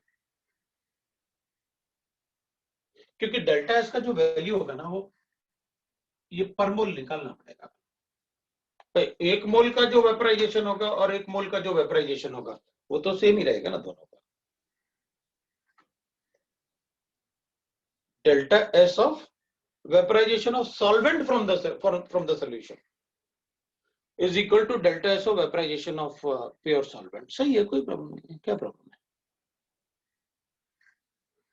अगर मुझसे ये पूछता ना वो कि delta H of vaporisation of solution बताओ ज्यादा होता है या सॉल्वेंट ज्यादा होता है? सोल्यूशन का वेपराइजेशन ज्यादा होता है या सॉल्वेंट का वेपराइजेशन ज्यादा होता है? ऑब्वियसली बात है, सॉल्वेंट का वेपराइजेशन ज्यादा होता है क्योंकि उसका बॉइलिंग पॉइंट कम। लेकिन जब आप डेल्टा एस ऑफ वेपराइजेशन लिखोगे ऑफ सॉल्वेंट और delta S of vaporisation of solvent, तो इसको अगर फ्रॉम सोल्यूशन भी लिखोगे ना, तो वैल्यू तो मैं कंपेयर तभी करूंगा ना जब किलो ये जूल्स पर मोल होगा। ये भी एक मोल निकालना पड़ेगा कि ये भी एक मोल हो जूल्स पर मोल। तो अगर पर मोल होगा तो दोनों के एक एक मोल्स होंगे ना, तो रेंडमनेस अलग अलग कैसे हो जाएगा? वही वही सोच के तो अपने डेल्टा एच में लिखा था कि भाई उसमें भी तो थर्ड वाले में भी तो ये लिखा था कि delta H of vaporisation of solvent from the solution. तो कभी प्योर सॉल्वेंट का डेल्टा एच अलग अलग थोड़ी हो सकता है क्योंकि वो तो जूल्स पर मोल होगा, एक मोल वेपराइज करना पड़ेगा आपको। अब चाहे वो कहीं भी ओपन को डेल्टा एच का वैल्यू तो वही लेना पड़ता, तो डेल्टा एच का वैल्यू भी इक्वल रहेगा। सॉल्वेंट और सॉल्यूशन अलग अलग होंगे। आप सॉल्वेंट फ्रॉम सॉल्यूशन मत लिखो, delta H of vaporisation of solution और सॉल्वेंट पूछोगे तो मैं ये बताऊंगा। लेकिन अगर आपने delta H of vaporisation of solvent from the solution, तो सिर्फ सॉल्वेंट की बात करेंगे तो ऑब्वियस सी बात है वो तो जूल्स पर मोल ही वेपराइज करके लाना पड़ेगा ना, तो एंट्रोपी तो सेम हो जाएगी। दैट्स व्हाई 4 इज करेक्ट, मतलब 4 अपन को गलत बताना पड़ेगा, उसमें मुझे कोई डाउट नहीं। तुम्हें है तो बताओ, मैं तुम्हें समझा दिया कि वो बोल कह रहा था। सर बोलो। सर डेल्टा एच के लिए हम ऐसे देख सकते हैं कि सॉल्यूशन का बॉइलिंग पॉइंट ज़्यादा होता है एलिवेशन की वजह से, तो वेपरेशन एक तरह से ज़्यादा एंडोथर्मिक हो गया ना। सॉल्यूशन को वेपराइज करना मुश्किल होगा, हाँ एक सर, तरीके एंडोथर्मिक, बिल्कुल। तो delta H of solution greater than delta H of solvent बोलना गलत क्यों होगा फिर? तो delta H of solution greater than, delta H of pure solvent vaporisation. मैंने उसको अपन गलत नहीं बोल पाएंगे, सही तो है। Delta H of solution greater than delta H of pure solvent, कोई प्रॉब्लम नहीं, सही तो है। ऑप्शन 3 आंसर होगा ना? अब फिर पढ़ता हूं मैं, देख फिर पढ़ता हूं, एक मिनट रुकना। Delta H of vaporisation of solvent from the solution, सिर्फ सॉल्वेंट की बात कर रहा हूं ना,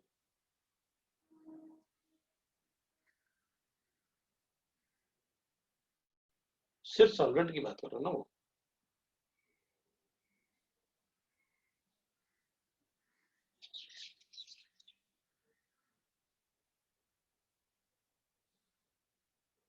सिर्फ सॉल्वेंट की बात, मतलब मुझे ये लग तो रहा है यार, सिर्फ सॉल्वेंट की बात क्यों करेगा कोई?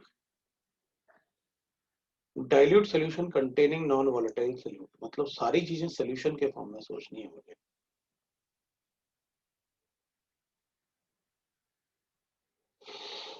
एक मिनट रुकना, मुझे सोचने दो, मतलब उसमें क्वेश्चन थोड़ा सा।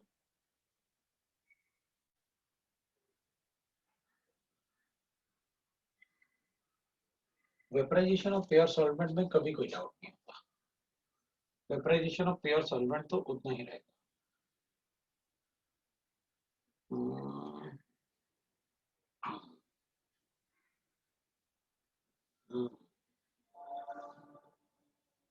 हम सिर्फ सॉल्वेंट की बात क्यों करेंगे? अपन तो सिर्फ अगर सॉल्वेंट की बात करते हो तो delta H of vaporisation of pure solvent की बात क्यों करेंगे नॉन वोलेटाइल सॉल्यूट में? हम तो बात करेंगे सॉल्यूशन की ना, ऊपर तो यही लिखा हुआ है कि भाई सॉल्यूशन की बात करो, और सॉल्यूशन की बात करेंगे तो हम वेपराइजेशन अगर सॉल्वेंट का भी होगा, सॉल्यूट का थोड़ी होगा क्योंकि वो नॉन वोलेटाइल ऊपर मेंशन है। बात तो सही है, बात तो सही है, मुझे सॉल्यूशन ही सोचना चाहिए, इसलिए आंसर 4 सही होगा। सही कह रही है क्योंकि सारा कुछ तो सॉल्यूशन के बारे में लिखा हुआ है। सही है, मैं गलत हूं, थर्ड वाला ही आंसर होगा। यही वाला सेंटेंस गलत है, बाकी तो सही है। वो भी सोल्यूशन के लिए ही सोचना पड़ेगा आपको। फोर्थ वाला सही है आंसर। उन्हें सोल्यूशन देना चाहिए था, उन्हें सॉल्वेंट नहीं लिखना चाहिए था बीच में कि सॉल्वेंट फ्रॉम द सोल्यूशन, तो वो डेल्टा एच, मतलब मैं उसी लिए कंफ्यूज हुआ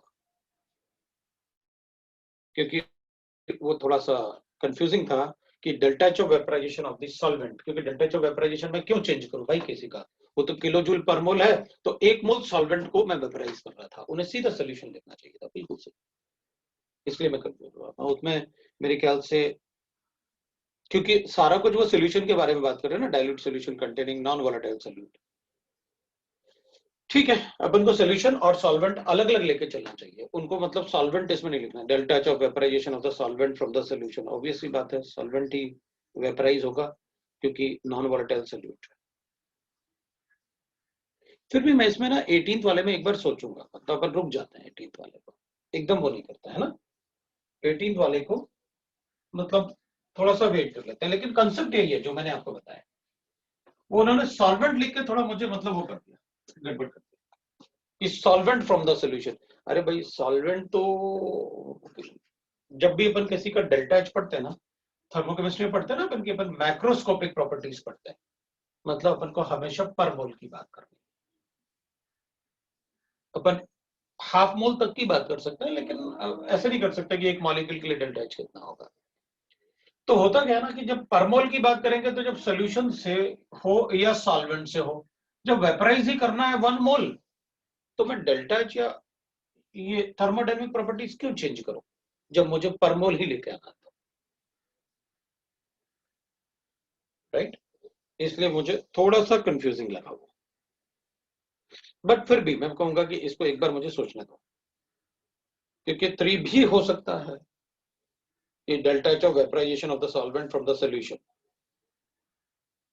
of the solvent from the solution is equal to delta H of vaporization of the pure solvent, वो भी सही है। आंसर क्या किया मैंने, 3 या 4? तो 4 दिया है, क्योंकि ये वैल्यूज थर्मोडायनेमिक प्रॉपर्टीज चेंज नहीं होते बेटा, फ्रॉम द सोल्यूशन लिखा हुआ है ना उसमें, सॉल्वेंट फ्रॉम द सोल्यूशन, इसलिए मैंने कहा मुझे थोड़ा सोचने का टाइम दो उसमें, क्योंकि solvent from the solution thermodynamic property तो पर मोल होता है ना, तो मैं उसको कैसे चेंज करूं, इसलिए मैं उसको चेंज नहीं कर रहा, और इसलिए मैं उसको मानने के लिए तैयार नहीं हो रहा कि मतलब कैसे, फिर मेरा थर्मोडायनेमिक्स बहुत सारा पार्ट चेंज हो जाएगा ना, क्योंकि ये तो अपना थर्मोडायनेमिक प्रॉपर्टीज तो हमेशा पर मोल के लिए होंगे।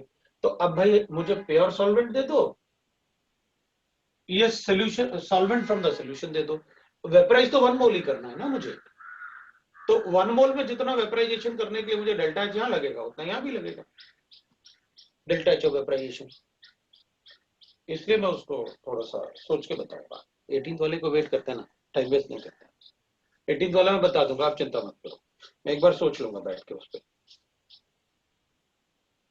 ठीक है ना। दूसरा क्वेश्चन देखते हैं, क्वेश्चन नंबर 21 में मेरे पास गिवन है, मुझे सोचना देना पड़ता था उसमें, क्योंकि वो solution solvent from the solution ना, अपन ऐसे चेंज नहीं कर सकते मॉडर्न प्रोसेस। 21 में गिवन है अपन को A75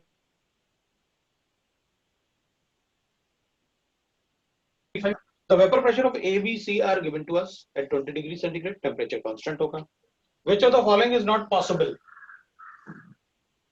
value of vapor pressure of an equimolar binary and ternary solutions। हाँ तो ठीक है ना, इसमें बाइनरी और टर्नरी सॉल्यूशंस है, तो अपन क्या करते हैं सबके मोल्स इक्वल ले लो, क्योंकि मोल फ्रैक्शन तो सेम ही रहेंगे, तो एक बार कर लेते हैं 75 इंटू 1/3 प्लस 75 इंटू 22 इंटू 1/3, और एक बार कर लेते हैं क्या 10 इंटू 1/3। एक तो ये पॉसिबल है, दूसरा पॉसिबिलिटी अपने पास होगा 75 into 1/3 plus 22 into 1/3। Third possibility अपने पास क्या होगी, that is 75 into 1/3 and plus 10 into 1/3। एक पॉसिबिलिटी ये होगी, और एक पॉसिबिलिटी अपने पास ये हो जाएगा, ये तो टर्नरी सोल्यूशन हो गया। अब बाइनरी में एक बार अपन इसका इसका इक्वेशन बना चुके हैं, इसका इसका और इसका इसका बना लेते हैं, सो 1/3 प्लस 10 इंटू 1/3, और ये फटाफट हो जाएंगे क्योंकि अपन एक बार कैलकुलेशन करेंगे तो ये वैल्यू अपन फ्रैक्शन में लिख के और चेक कर लेंगे क्या करें। तो ये और ये पॉसिबिलिटीज हैं, जो आ रहा है अगर कोई दूसरा आ रहा है तो वो पॉसिबल नहीं है, तो अपन बता देंगे भाई क्या है। वैसे भी इसमें देख के अपन कहते हैं भाई इसमें 2 वगैरह तो आना मुश्किल है, क्यों? क्योंकि 75 प्लस 10 85 प्लस 22 तो 1070/3, 2 वाला तो पॉसिबल है। 75 प्लस, अच्छा फ्रैक्शन में गिवन है, फिर कोई प्रॉब्लम नहीं था अपन को, फिर क्या बताना उसमें, फिर तुम लोग कैलकुलेट कर लोगे। ये 4 पॉसिबिलिटीज लिख दी मैंने, इनमें से जो होंगे वही पॉसिबल है अपन को। क्वेश्चन नंबर 22 भी है। 22 में मुझे गिवन है वाटर एंड क्लोरोबेंजीन, है ना, water and chlorobenzene, water and chlorobenzene और immiscible liquids. Okay, immiscible liquid के लिए ठीक है, तो PA directly proportional PA upon PB is equal to Na upon MB लिया था अपन ने। देख भाई, ए हमेशा सॉल्वेंट होता है, बी अपने लिए सोल्यूट होता है, ये लिया था अपन ने। तो यहाँ पर वाटर और क्लोरोबेंजीन है, मतलब ये वाटर हो गया, ये क्लोरोबेंजीन हो गया, ये क्लोरोबेंजीन हो गया, ये वाटर हो गया। तो number of moles of water ले लेते हैं, तो W of W divided by molecular weight of W multiply by molecular mass of chlorobenzene divided by molecular, that is W of Cb। ये डिस्टिलेशन के लिए अपन ने पढ़ा था, वो जिसमें वो इमिसिबल लिक्विड्स हो गए। We are given that water and chlorobenzene are immiscible liquid. उनको बिल्कुल separately behave करना है, separately assume करना है अपन को। The mixture boils at 90 degree centigrade under a reduced pressure of this. So pressure of the mixture मुझे given है, मतलब PW plus PCB मुझे given है। So how much? 9 into 10 की power 4 Pascal, ठीक है। The vapor pressure of pure water is given to me, that is 7 into 10 की power 4 Pascal। तो pressure of CB मुझे पता है, मुझे ये पता है, मुझे ये पता है। मास percent of chlorobenzene in the distillate will be, mass percent बताना है तो दोनों के मॉलिक्यूलर मासेस मुझे बताने हैं, मास परसेंट ऑफ क्लोरोबेंजीन लाना है मुझे, तो मैं रिवर्स कर लूंगा बाद में, पहले ऐसे लेते हैं। तो मुझे PCB, क्योंकि मुझे मास परसेंट इसका बताना है तो ठीक है, वेट अपने पास आ जाएगा, मल्टीप्लाई बाय 100 कर देंगे दोनों तरफ। W इज इक्वल टू ले लेता हूं, दैट इज, इसको रिवर्स कर देता हूं, ठीक है ना। सो M of W divided by W of W multiply by, that is weight of chlorobenzene divided by molecular mass of chlorobenzene। ये आ गया अपने पास। अब ये सब कुछ तो गिवन है आपको, मतलब ये आ गया अपने पास। PCB कितना गिवन है, इधर लेके आऊंगा तो 2 into 10 की पावर 4, W 7 into 10 की power 4 multiply by molecular mass of chlorobenzene अपन देख लेते हैं, और वाटर का 18 होगा, तो WCB डिवाइडेड बाय कितना होगा, दैट इज WW। MCB कितना हो जाएगा, सो 35.5 और 77 कितना आ रहा है अपने पास, तो ये 5 हो गया, क्लोरीन था वो, तो 5 ना 2 हो गया, और 1 तो कितना हो जाएगा 10, 112.5, 112.5। ये लो भाई अपना आंसर आ गया, दोनों तरफ मल्टीप्लाई कर देना तो मास परसेंट आ जाएगा, इसको कैलकुलेट करके अपना आंसर बता देना, ठीक है।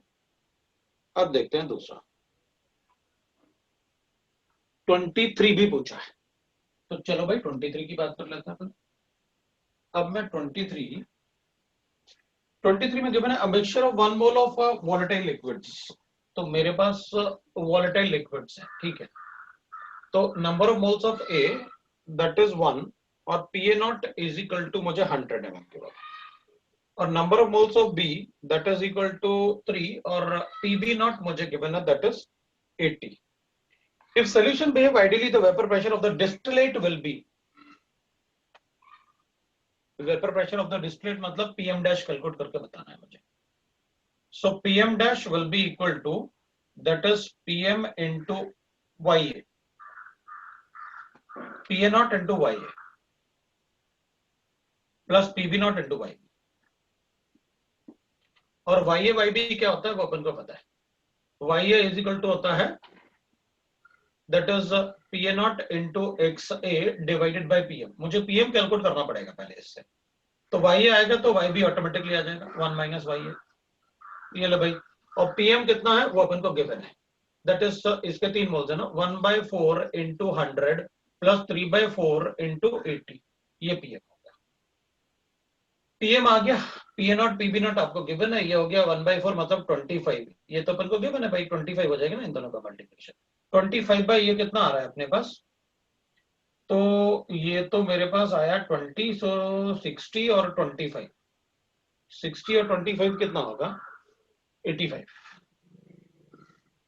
तो ये मेरे पास है 25/85, मतलब मेरे पास पीएम डैश आ गया, पीए नॉट कितना गिवन था 100 इंटू वाई आ गया मेरे पास 25/85, ये पीबी नॉट मेरे पास 80 गिवन है और पीबी नॉट 80 गिवन था और वाई भी मेरे पास आ गया 1 माइनस वाई ए। लो भाई मेरे पास आंसर आ गया, ये आपका पीएम डैश, ये आपका आंसर पीएम डैश। ठीक है, अब कोई डाउट है तो बताओ, अगर उस कंसेप्ट में भी डाउट है तो आप मुझे बता देना, क्योंकि ये कंसेप्ट अपन को पता है। वो अपन से कह रहा है डिस्टिलेट मतलब पहले इनको वेपराइज करो, पहले इनको वेपराइज करो, ये तो यहां अपने पास क्या आएगा पीएम आ जाएगा, इनका जब वेपराइज होगा तो जो वेपर्स होंगे ना वाई ए वाई बी, ये अपन ने कैलकुलेट किया।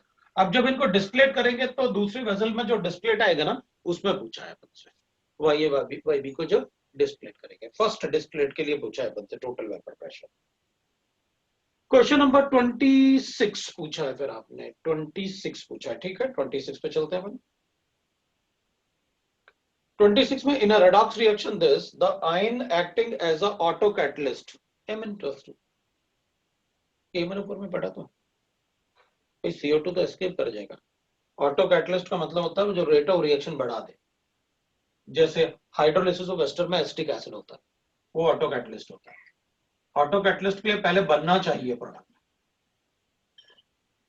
ऑटो कैटलिस्ट में पहले प्रोडक्ट बनना चाहिए, तो ऑटो कैटलिस्ट का मतलब है प्रोडक्ट में से कोई एक कैटलिस्ट जैसे एक्ट कर रहा होगा,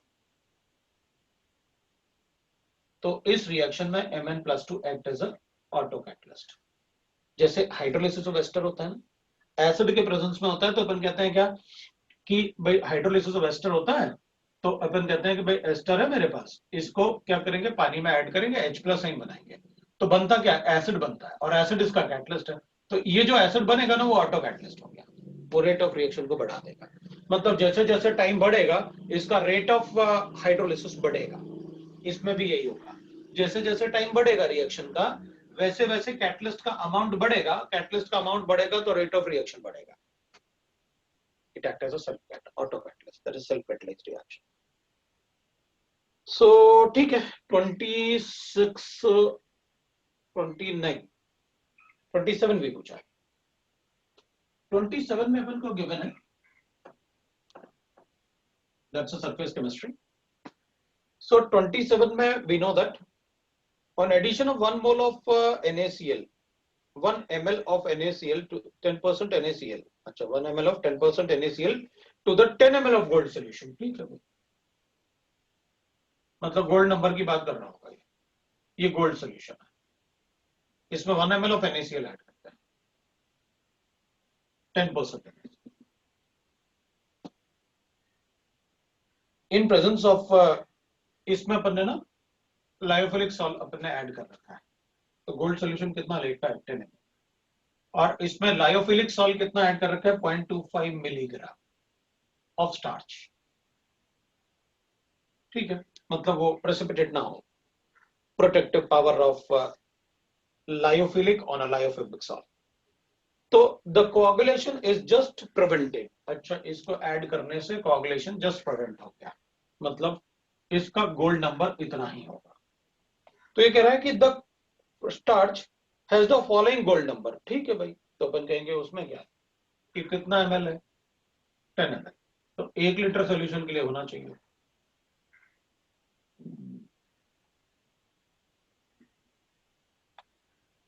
जितना अमाउंट, ये minimum milligram of this that must be added to the 10 ml of the gold solution to prevent this right ना प्रेसिपिटेशन। तो गोल्ड नंबर के हिसाब से अपन क्या कहेंगे इसमें कि भाई इसके 10 ml के लिए इतना अमाउंट चाहिए, तो 1 लीटर के लिए कितना अमाउंट चाहिए, वो गोल्ड नंबर हो जाएगा उसका, ठीक है। नहीं लेकिन गोल्ड नंबर का डेफिनेशन तो कुछ और ही होता है, तो 0.25 आंसर हो गया अपना, उसमें क्या प्रॉब्लम है? 10 ml के लिए हो गया, 1 लीटर सोल्यूशन के लिए क्या? अच्छा, तो 1 लीटर सोल्यूशन तो कोagulation में होता है, इसमें थोड़ी 1 लीटर होता है। बस यही होता है गोल्ड नंबर का डेफिनेशन। तो गोल्ड नंबर इज 0.25, तो आंसर इज 2। तो minimum milligram of lyophilic required ना, तो हो गया।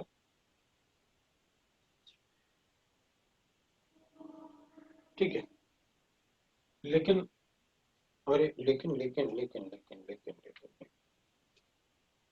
ये तो मिनिमम मिलीग्राम थोड़ी गिवन था, तुम तो डेफिनेशन सोच के लिखोगे, ये तो अपन को ग्राम में गिवन है ना, और अपन को चाहिए मिनिमम मिलीग्राम चाहिए, तो कन्वर्ट करो मिलीग्राम में, तो फिर 2 नहीं होगा, फिर 4 हो जाएगा, क्योंकि अपन को तो ये 0.25 ग्राम गिवन है, जबकि बाय डेफिनेशन इट इज कि 10 ml ऑफ गोल्ड सॉल्यूशन में 1 ml ऑफ 10% ऐड करेंगे so that the precipitation of gold will not take place. तो minimum milligram of lyophilic required, answer is 4। Question number 29 में given है the density of the gold is given to, ठीक है।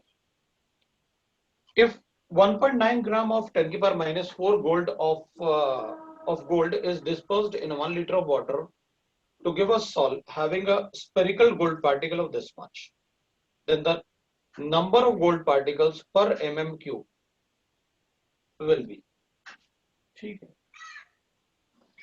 भाई। इसमें तो आपको मतलब सीधा सीधा थोड़ा सा अगर चेक करेंगे तो इसमें बड़ा इजी और है अपने पास। तो अपन को डेंसिटी गिवन है, डेंसिटी कितना गिवन है?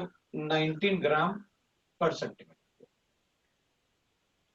If this much gold disposed in 1 litre of water, तो मैंने आपसे कहा कि भाई देखो मेरे पास 1 लीटर वाटर था, इसमें कितना डिस्पोज किया गोल्ड? 1.9 इंटू 10 की power -4 gram of gold to give a solve of spherical particle. इसमें जो पार्टिकल बने ना, वो पार्टिकल का रेडियस मुझे given, that is 10 nanometres. The number of gold particles per mm cube, मतलब 1 लीटर में मुझे पर mm क्यूब बताने हैं। तो अपन को ये बताना है कि भाई अपन को ये टोटल वॉल्यूम पता है अपन को 1 लीटर वाटर का, ठीक है। The number of gold particles per mm cube of the solve will be, तो इसमें कितने पार्टिकल्स हैं वो देख लेते हैं। तो डेंसिटी ऑफ द गोल्ड मुझे पता है, मास मुझे पता है, तो वॉल्यूम में कैलकुलेट कर लेता हूं।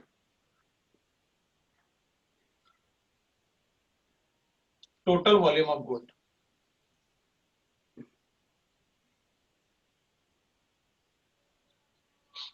मुझे टोटल वॉल्यूम ऑफ गोल्ड पता है,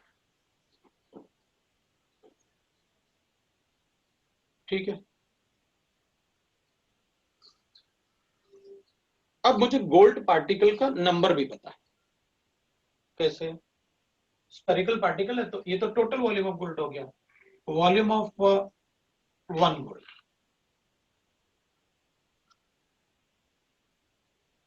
पार्टिकल 4/3 पाई आर क्यूब भी पता है मुझे। मुझे टोटल गोल्ड का पार्टिकल का वॉल्यूम पता है और इसका पता है, तो मुझे पता चल गया कितने गोल्ड पार्टिकल्स हैं इसके अंदर। 1 लीटर मतलब 1 डेसीमीटर क्यूब में। तो अगर 1 डेसीमीटर क्यूब में ये नंबर ऑफ गोल्ड पार्टिकल पता चल गया अपन को, तो अपन को ये बताना है कि 1 mm क्यूब में कितने होंगे। तो पहले कन्वर्ट कर देना सेंटीमीटर क्यूब के लिए, 1000 से डिवाइड करके, क्योंकि इसमें 1 लीटर में होंगे ना टोटल गोल्ड पार्टिकल। तो 10 की पावर 3 से डिवाइड करोगे तो अपन को पता चल जाएगा कि 1 सेंटीमीटर क्यूब में कितना है, फिर उसमें mm क्यूब बना देना उसको, सेंटीमीटर क्यूब को, फिर 1000 से डिवाइड कर देना, तो 10 की पावर 6 से डिवाइड करके बता देना, ठीक है। तो अपन को नंबर ऑफ गोल्ड पार्टिकल आ गए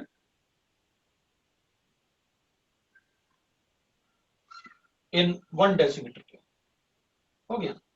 कितना होगा total volume divided by 4.3 by r cube, volume of 1, number of gold particle. फिर आगे बता देना, ठीक है ना। फिर सिर्फ कन्वर्ट करना है अपन को किस में, ये डेसीमीटर क्यूब को mm क्यूब में कन्वर्ट करना है बस। 30th वाला भी पूछा है।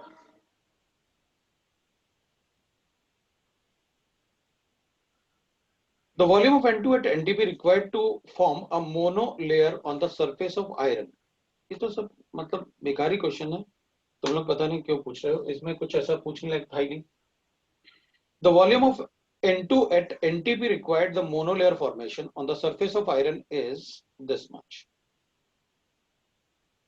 ml per gram of adsorbent। मतलब जो आयरन एब्जॉर्बेंट है, मेरे पास आयरन शीट है, इसमें 1 ग्राम आयरन पे जो वॉल्यूम आएगा ना, तो 1 ग्राम आयरन पे 8.5 ml आना चाहिए एट एसटी।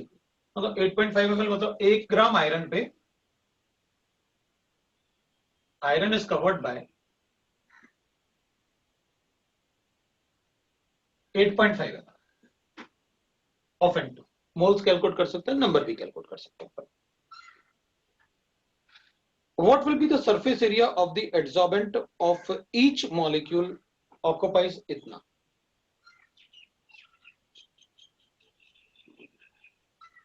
तो ठीक है, अपन को इसमें कैलकुलेट कर लेते हैं भाई कि 8.5 ml में कितना है, और अपन को टोटल सरफेस एरिया, अपन को एक मॉलिक्यूल कितना सरफेस एरिया ऑक्यूपाई करेगा वो पता है, तो अपन को बताना है टोटल सरफेस एरिया। ठीक है, तो इधर अपन को क्या है, टोटल मॉलिक्यूल्स हो गए कितने हैं, ये टोटल मॉलिक्यूल्स हो गए 8.5 डिवाइडेड बाय 22400 इनटू Na, ये टोटल मॉलिक्यूल्स। अब वो कह रहे हैं कि टोटल सरफेस एरिया बताओ, अगर एक मॉलिक्यूल कितना ऑक्यूपाई करता है, 16 इंटू 10⁻20 मीटर स्क्वायर हो जाएगा। टोटल मॉलिक्यूल्स है, एक मॉलिक्यूल कितना सरफेस एरिया ऑक्यूपाई करता है अपन को पता है, तो इतने कितना ऑक्यूपाई करेंगे, मीटर स्क्वायर में बताना है तो मल्टीप्लाई करके बता देंगे। ठीक है, दूसरा देखते हैं।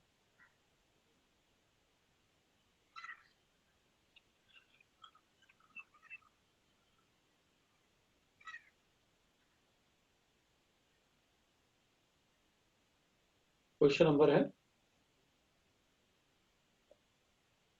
30, 130 भी है, 30 वाला ही बताया आपने। अब 30 के बाद 36 और 39,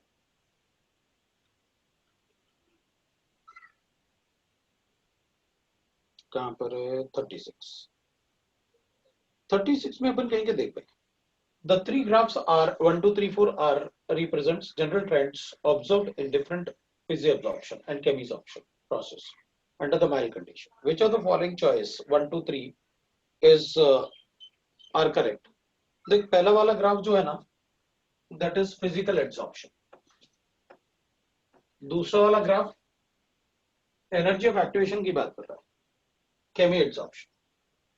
थर्ड वाला ग्राफ फिर फिजिकल एड्सॉर्प्शन होगा। फोर्थ वाला ग्राफ केमी एड्सॉर्प्शन होगा।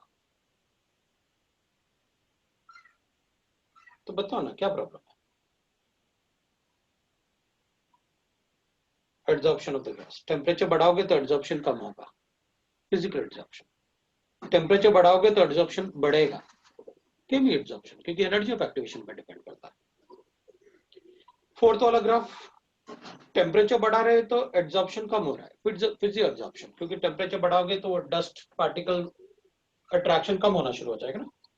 और फिफ्थ वाला ग्राफ ये तो केमिकल बॉन्ड फॉर्मेशन का ग्राफ, जो केमिकल बॉन्डिंग में वेरी फर्स्ट ग्राफ पढ़ने के पहले ही अपन ने बना रखा है। और ये ग्राफ तो कई बार बताया आपको क्लास में कि बॉन्ड एनर्जी, बॉन्ड लेंथ, ये सब कैलकुलेशन में यही ग्राफ बताया। हो गया,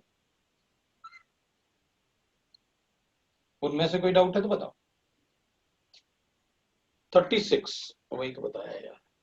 39 में गिवन है a mixture of, mixture X is prepared by 2 liter solution by dissolving this and this। ठीक है भाई, पर ने CO NH3 whole 5 SO4 Br और CO NH3 whole 5 Br SO4 ये गिवन है, ठीक है। अब ये करें कि भाई 2 litre solution bye dissolving this and this, हाँ तो ठीक है ना, क्या प्रॉब्लम है, मतलब moles of this and moles of this, तो इसका कॉन्सेंट्रेशन 0.01 हो गया, इसका कॉन्सेंट्रेशन 0.01 हो गया, ये मोलारिटी है, ठीक है। अब ये क्या बोल रहा है, 1 लीटर मिक्सचर X AgNO3 के साथ 1 लीटर होगा तो मोलारिटी मतलब कॉन्सेंट्रेशन, तो Y बनेगा और 1 लीटर से BaCl2 तो इसका प्रेसिपिटेट बनेगा YPPT। The number of moles of Y and Z present are, बताओ ना कितना होगा, इसको रिएक्ट करूंगा AgNO3 के साथ, AgBr का मोलारिटी होगा मेरे पास 0.01 मोलारिटी, इसका मोलारिटी होगा BaCl2 है तो BaSO4 का मोलारिटी होगा, कॉन्सेंट्रेशन होगा दैट इज 0.01 कॉन्सेंट्रेशन, इसका भी 1 लीटर है, इसका भी 1 लीटर है, तो बताओ ना क्या प्रॉब्लम है, 1 लीटर है तो molarity is equal to number of moles multiply with 1000 divide by volume litre ml, हाँ तो ये 1 लीटर है तो कैंसिल हो गया, तो मोलारिटी मोल्स के बराबर हो गए, 0.1 हो गए दोनों। शुरू में उसने कहा मिक्सचर है, X को प्रिपेयर किया 2 लीटर सोल्यूशन में, और शुरू में उसने क्या किया, 2 लीटर सोल्यूशन लिया लेकिन मोल्स दिया है, तो अपन ने कॉन्सेंट्रेशन कैलकुलेट किया, कितना कॉन्सेंट्रेशन था, तभी तो मुझे पता चलेगा कि Br और सल्फेट का कॉन्सेंट्रेशन 1 लीटर में कितना है। क्वेश्चन नंबर 39 के बाद 41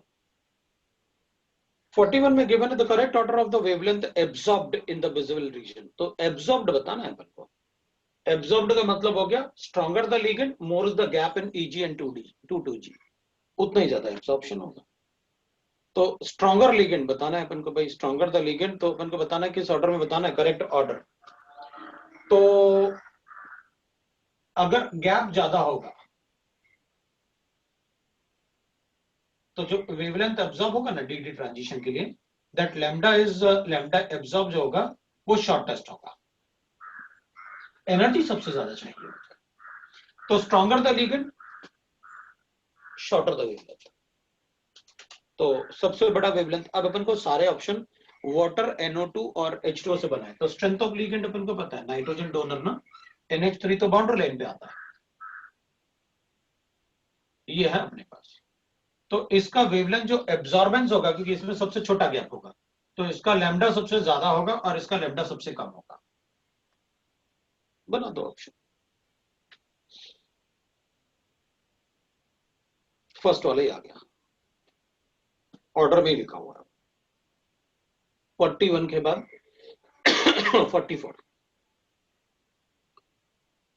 tourist tri ethyl ethylene diamine cobalt 2 cation, ठीक है, कैन हैव, तो इसमें तो 2 ही बन सकते हैं क्योंकि इसका तो एक ही आइसोमर बनेगा भाई, इसके अलावा इसका कुछ नहीं बन पाएगा, अगर ट्रेस है इसके अलावा मैं इसको कुछ नहीं बना सकता,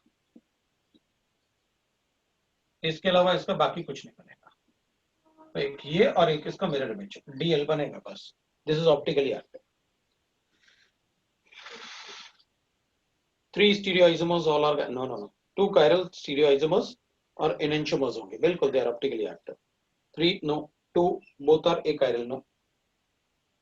क्वेश्चन नंबर 44, अभी वही तो बताया यार, 47 आ गया, 47 में अपन को बताना है, मैं अपने पास गिवन है which of the following pairs of structures represent facial and meridional geometrical isomers respectively, मतलब पहला वाला मुझे फेशियल बताना है और दूसरा वाला मुझे मेरिडोनियल बताना है, तो मैंने आपसे कहा था कि देख भाई फेशियल का मतलब होता है कि जो भी मेटल अपने पास गिवन है उसमें तीनों को एक तरफ इधर और तीनों को एक तरफ इधर, वो अपोजिट फेस जैसे बना लेना, मतलब इधर वाले तीनों एक जैसे दिखें और इधर वाले तीनों एक जैसे दिखें, तो ये फेशियल है। उसके बाद इनमें से किसी एक को चेंज कर देना कहीं भी, तो वो मेरिडोनियल हो जाएगा। तो तो बता देते हैं, अपन को बताया था कि भाई इनमें से चेंज करेंगे तो अपन कर देते हैं इन दोनों को। तो ये फेशियल हो गया। फेस जैसे अपन याद रखते हैं ना, बताया तो था मैंने कि आप फेस जैसे याद रखो उसे। ये आपका मेरिडोनियल हो जाएगा, ये मेरिडोनियल हो जाएगा। ठीक है,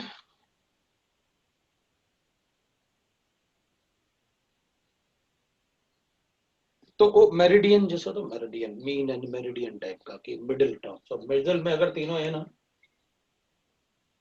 तो मेरिडियन, उसको मेरिडोनियल बोलते हैं अपन। और फेशियल मतलब ऐसे अपोजिट फेस, तो उस टाइप से याद रखो ना, वहां भी बताया था मैंने जब पढ़ाया था। क्वेश्चन नंबर 48, 48 वाले में अपन को गिवन है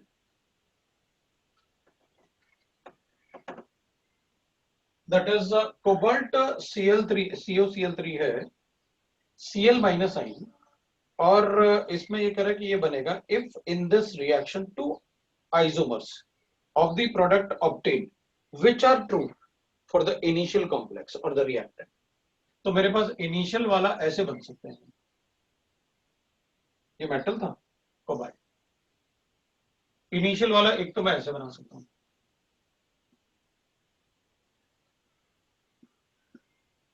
और इनिशियल वाला एक मैं ऐसे बना सकता हूं।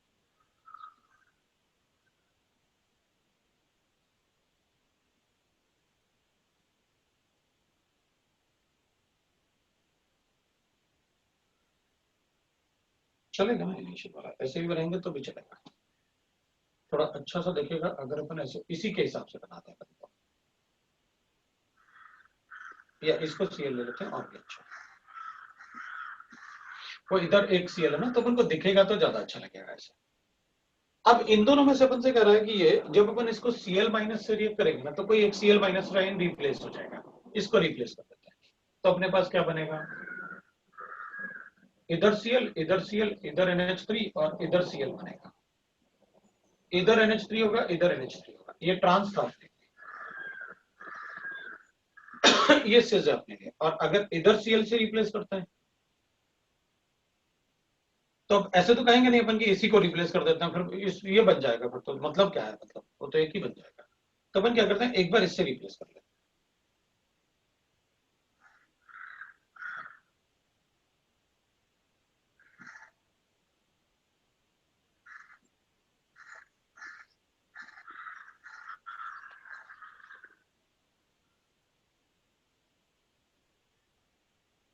ठीक है, अब अपन क्या करें, उसने क्वेश्चन में क्या कहा अपन से, मेरे पास ये कंपाउंड है, if in this reaction two isomers of the product are obtained. अच्छा, दो आइसोमर अपन तो एक ही बना रहे हैं, two isomer of this is obtained, तो अपन ठीक है, एक बार इसको हटाया भाई, इन चारों में से किसी को भी हटाओगे ना Cl से, प्रोडक्ट एक ही बनेगा। इसमें दो बन सकते हैं, एक बार अपन यहां से हटा देते हैं और एक बार अपन बॉटम साइड से हटा देते हैं, तो मेरिडियनियल और वो बन जाएगा अपने पास, इधर Cl हो जाएगा ना अगर, तो ये अपने पास मेरिडोनियल बन गया। इसमें दो बन रहे हैं सिस वाले में, ट्रांस वाले में दो नहीं बन रहे, इनमें से किसी को भी हटाओगे ना तो will get the same product, एक ही प्रोडक्ट मिलेगा। इसमें दो बन रहे हैं, एक फेशियल और एक मेरिडोनियल, सिस वाला होना चाहिए।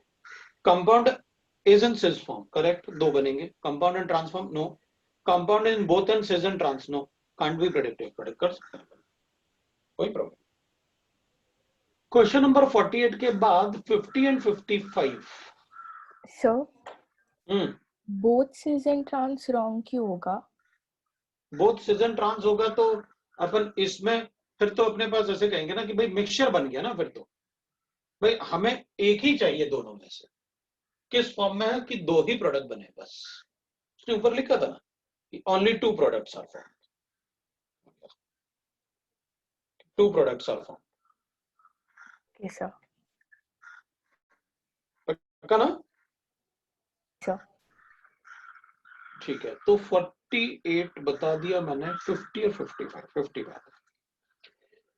Which of the following complex compound are paramagnetic and the low spin complex? देख भाई, लो स्पिन के लिए पेयरिंग नहीं होनी चाहिए, हाई स्पिन कॉम्प्लेक्स होते हैं तो पेयरिंग होती है ना,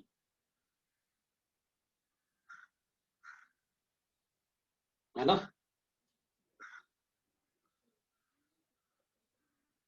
पहले मुझे हाई स्पिन और लो स्पिन में एक बार सोच लेने दो कि हाई स्पिन का मतलब हो गया स्पिन करके पेयरिंग हो जाए, और लो स्पिन का मतलब है स्पिन करके पेयरिंग हो जाए।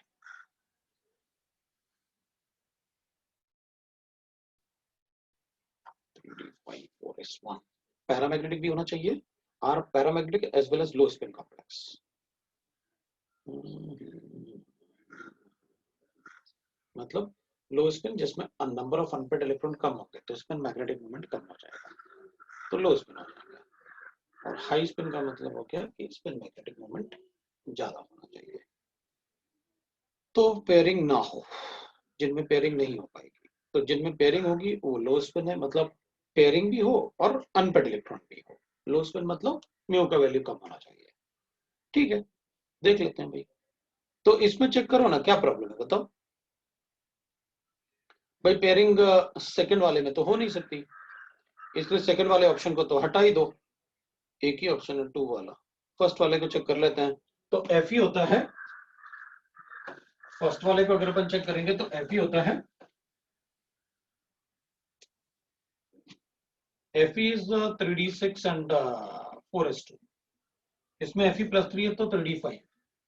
पेयरिंग करूंगा तो d2sp3 आ जाएगा, पेयरिंग पॉसिबल है। पहला वाला करेक्ट है, दूसरा वाला कैलकुलेट भी नहीं करूंगा, sp3 है। थर्ड वाले में ni+2 है, तो ni का मतलब हो गया 3d8 एंड 4s2। +2 है मतलब ये 3d8 है, ऑक्टाहेड्रल है, पेयरिंग करोगे भी तब भी मेरे किसी काम का नहीं है, मतलब इसमें तो पेयरिंग नहीं होगी। सो ये नहीं हो सकता, ये पैरामैग्नेटिक तो है लेकिन लो स्पिन नहीं है। तो फोर्थ वाला, तो मुझे अब तक 1 तो मिल गया। फोर्थ वाले की बात करते हैं। mn का मतलब है 3d5 4s2। mn कितना है इसमें, 4 नेगेटिव मतलब +2, ये हटा दो। 5 अनपेड इलेक्ट्रॉन है, स्ट्रॉन्ग लिगेंड है, पेयरिंग होगा, तो मेरे पास 1 and 4 आ रहा है, 1 and 4 आ जाएगा। किसी को डाउट है तो बोलो। 55 silver is extracted from Ag2s।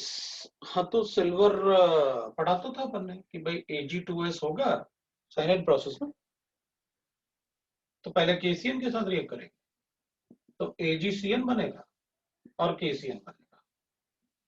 फिर AgCN को किससे रिएक्ट करेंगे अपन, O2 के साथ, है ना, और पानी के साथ। तो ऑक्सीडाइज करेंगे किसको, नहीं पहले अपन ने इसको ना ऐसे किया था K2S, फिर K2S को इसको क्या करेंगे, या NaCN ले लेते हैं, थोड़ा और भी अच्छा होता है क्योंकि साइनाइड में अपन Na ज्यादा प्रेफर करेंगे। ये प्रेफर क्या, अपन तो कोई दोनों में से कोई भी ले सकते हैं। सो Na2S था तो अपन ने कहा था देखो ये डिस्प्रोपोर्शनेट, ये मतलब ऑक्सीडाइज होकर दो सल्फर में भी कन्वर्ट होगा और Na2SO3 में भी कन्वर्ट होगा। इस टाइप से क्वेश्चन बताया था ना। तो Ag2S by fusing with KCl, no it is KCl, reducing it with zinc, silver extracted ना, तो zinc is a reducing agent, नहीं it is a displacement reaction. Treating with sodium cyanide and O2 followed by zinc, ये बिल्कुल सही था। Roasting and reducing the resultant with smelting, smelting इसमें नहीं होती है, cyanide process होता है। The best answer is 3 वाला होगा। आपको एक्सट्रैक्ट कैसे करना है वो पूरा लिखा हुआ है इसमें। 55 के बाद बाकी कुछ नहीं लिखा भाई इसमें, बाकी किसी ने कुछ नहीं पूछा। दैट इज, यही आपके डाउट्स थे।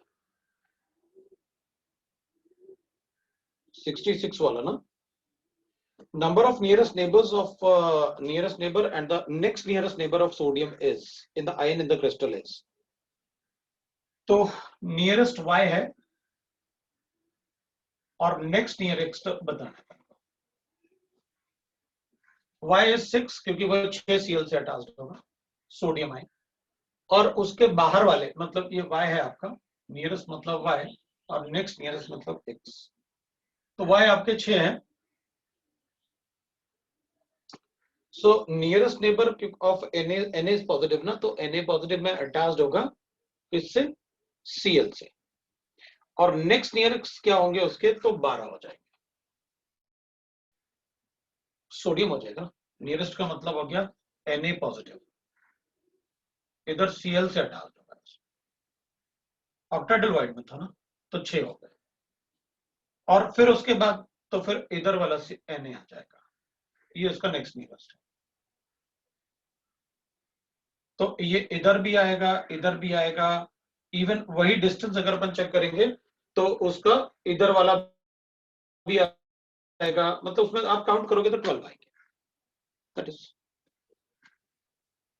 आप बताओ सेम डिस्टेंस पे, तो आपको क्या बताना, y 6 minus 2x,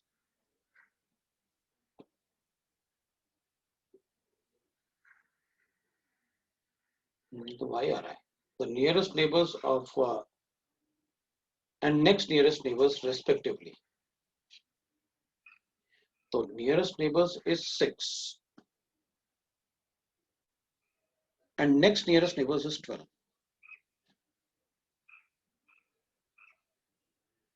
Next nearest neighbor is 12, तो nearest neighbor तो Cl हो जाएगा, तो अपना 6 आया। और उसके बाद नेक्स्ट नियरेस्ट नेबर्स अपने -2x, काउंट ही कर लेते हैं भाई। हाँ, एक बार मतलब बना देते हैं अपन इसको, कोई प्रॉब्लम नहीं है। नेक्स्ट नियरेस्ट नेबर, तो ये बन गया ना अपने पास। तो Na जो था सोडियम सेंटर वाला, ये कर लेता हूँ मैं, तो ये 1 2 3 4 बाहर वाला और 5 पीछे वाला, उससे सराउंडेड था। तो y का वैल्यू मेरे पास 6 आया, लिखा अपन ने। और x is next nearest neighbours of sodium, तो इसका नेक्स्ट नियरेस्ट नेबर जो होगा ना, तो दूसरी सोडियम एटम होगा। तो 1 2 3, मतलब 12 एजेस हैं तो 12 हो गए।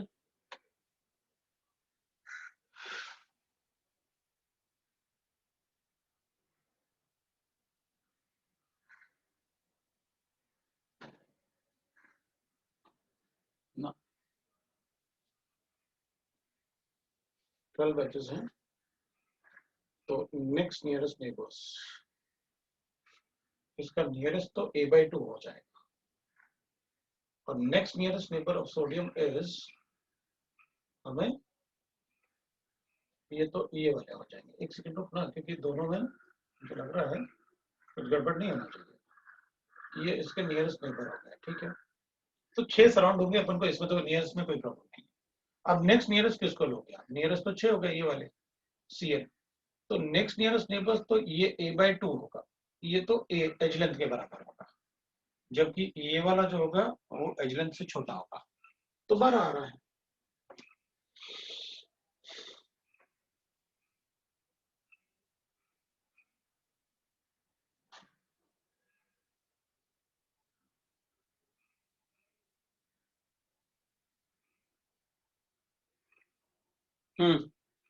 ये आ रहा है भाई 66 में।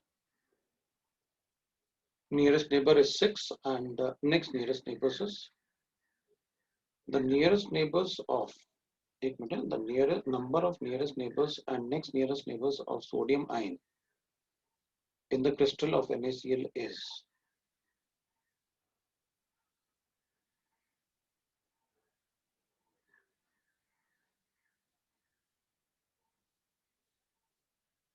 of the sodium ion in the nearest neighbors is, यही आ रहा है मेरा आंसर, लेकिन ये तो नेगेटिव आ रहा है, y - 2x, तो कुछ और ही आ रहा है, नेगेटिव कैसे हो सकता है?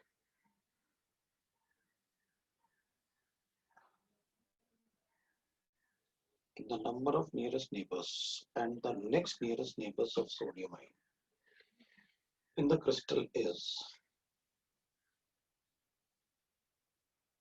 nearest neighbors,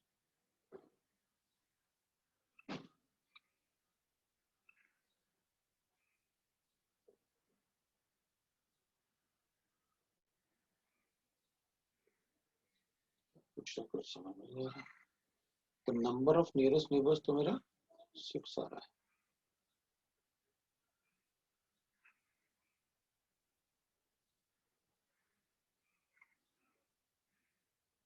y minus 2x is equal to negative आ रहा मेरा।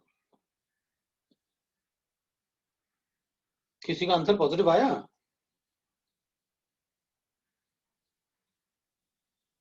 किसी का आंसर पॉजिटिव आया? मेरा तो नेगेटिव आ रहा है इसमें। नेगेटिव कैसे हो सकता है? तो गलत हो।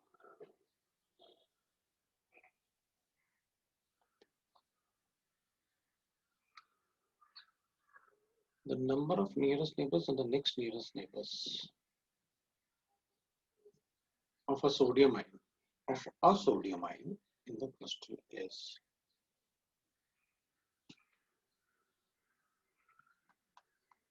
अगर मैं सोडियम आयन को सोडियम आयन के रिस्पेक्ट में लूं तो इस सोडियम आयन के 12 हो जाएंगे। तो y को मैं एक बार 12 कर सकता हूं। तो x। अब दूसरे सोडियम आयन की बात करें तो दूसरा सोडियम आयन जो प्रेजेंट होगा ना, तो ये वाला सोडियम आयन इसका मतलब 6 फेसेस हो जाए एज लेंथ के बराबर, एक बार ये आ जाए। मतलब अगर इसमें sodium ion with respect to sodium ion लेता हूं तो फिर भी आंसर अपना y माइनस 2x मतलब 0 आएगा। लेकिन अगर मैं सोडियम आयन को किसी भी एटम से लेता हूं तो मेरा आंसर नेगेटिव आ रहा है। मतलब उससे अच्छा तो मुझे सोडियम आयन से अज्यूम कर लेना चाहिए। तो number of nearest neighbours and the next nearest neighbours of sodium ions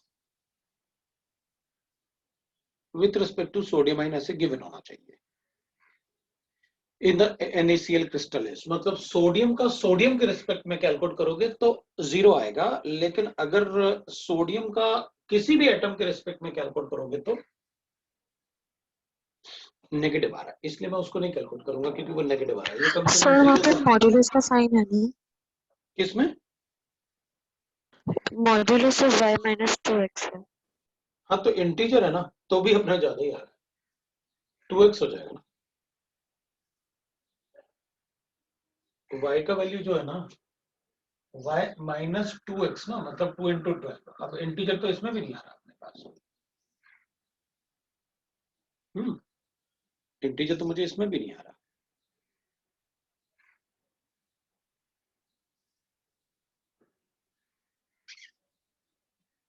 integer तो उसमें भी नहीं आ रहा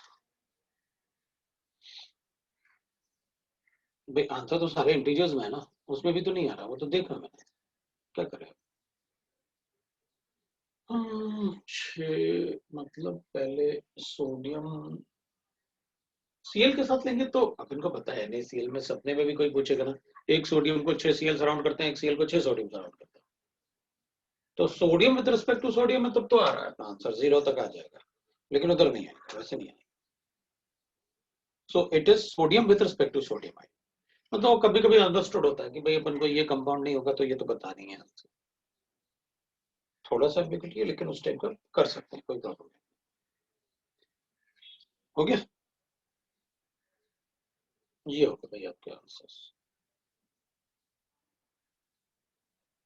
ये आपका DPP1 है,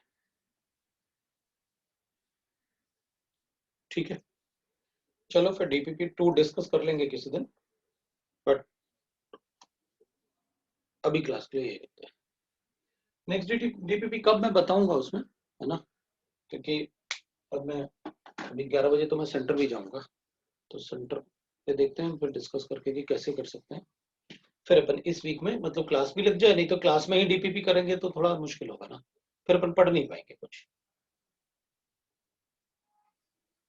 हाँ अभी बता, नहीं शुरू कर लो आप DPP2 आप शुरू कर लो फटाफट। वेट मत करो कि मतलब सर बताएंगे तभी हम DPP शुरू करेंगे। अब तो शुरू कर लो। हो सकता है मैं आपको बोल दूं ट्यूसडे मॉर्निंग कर लेते हैं, फिर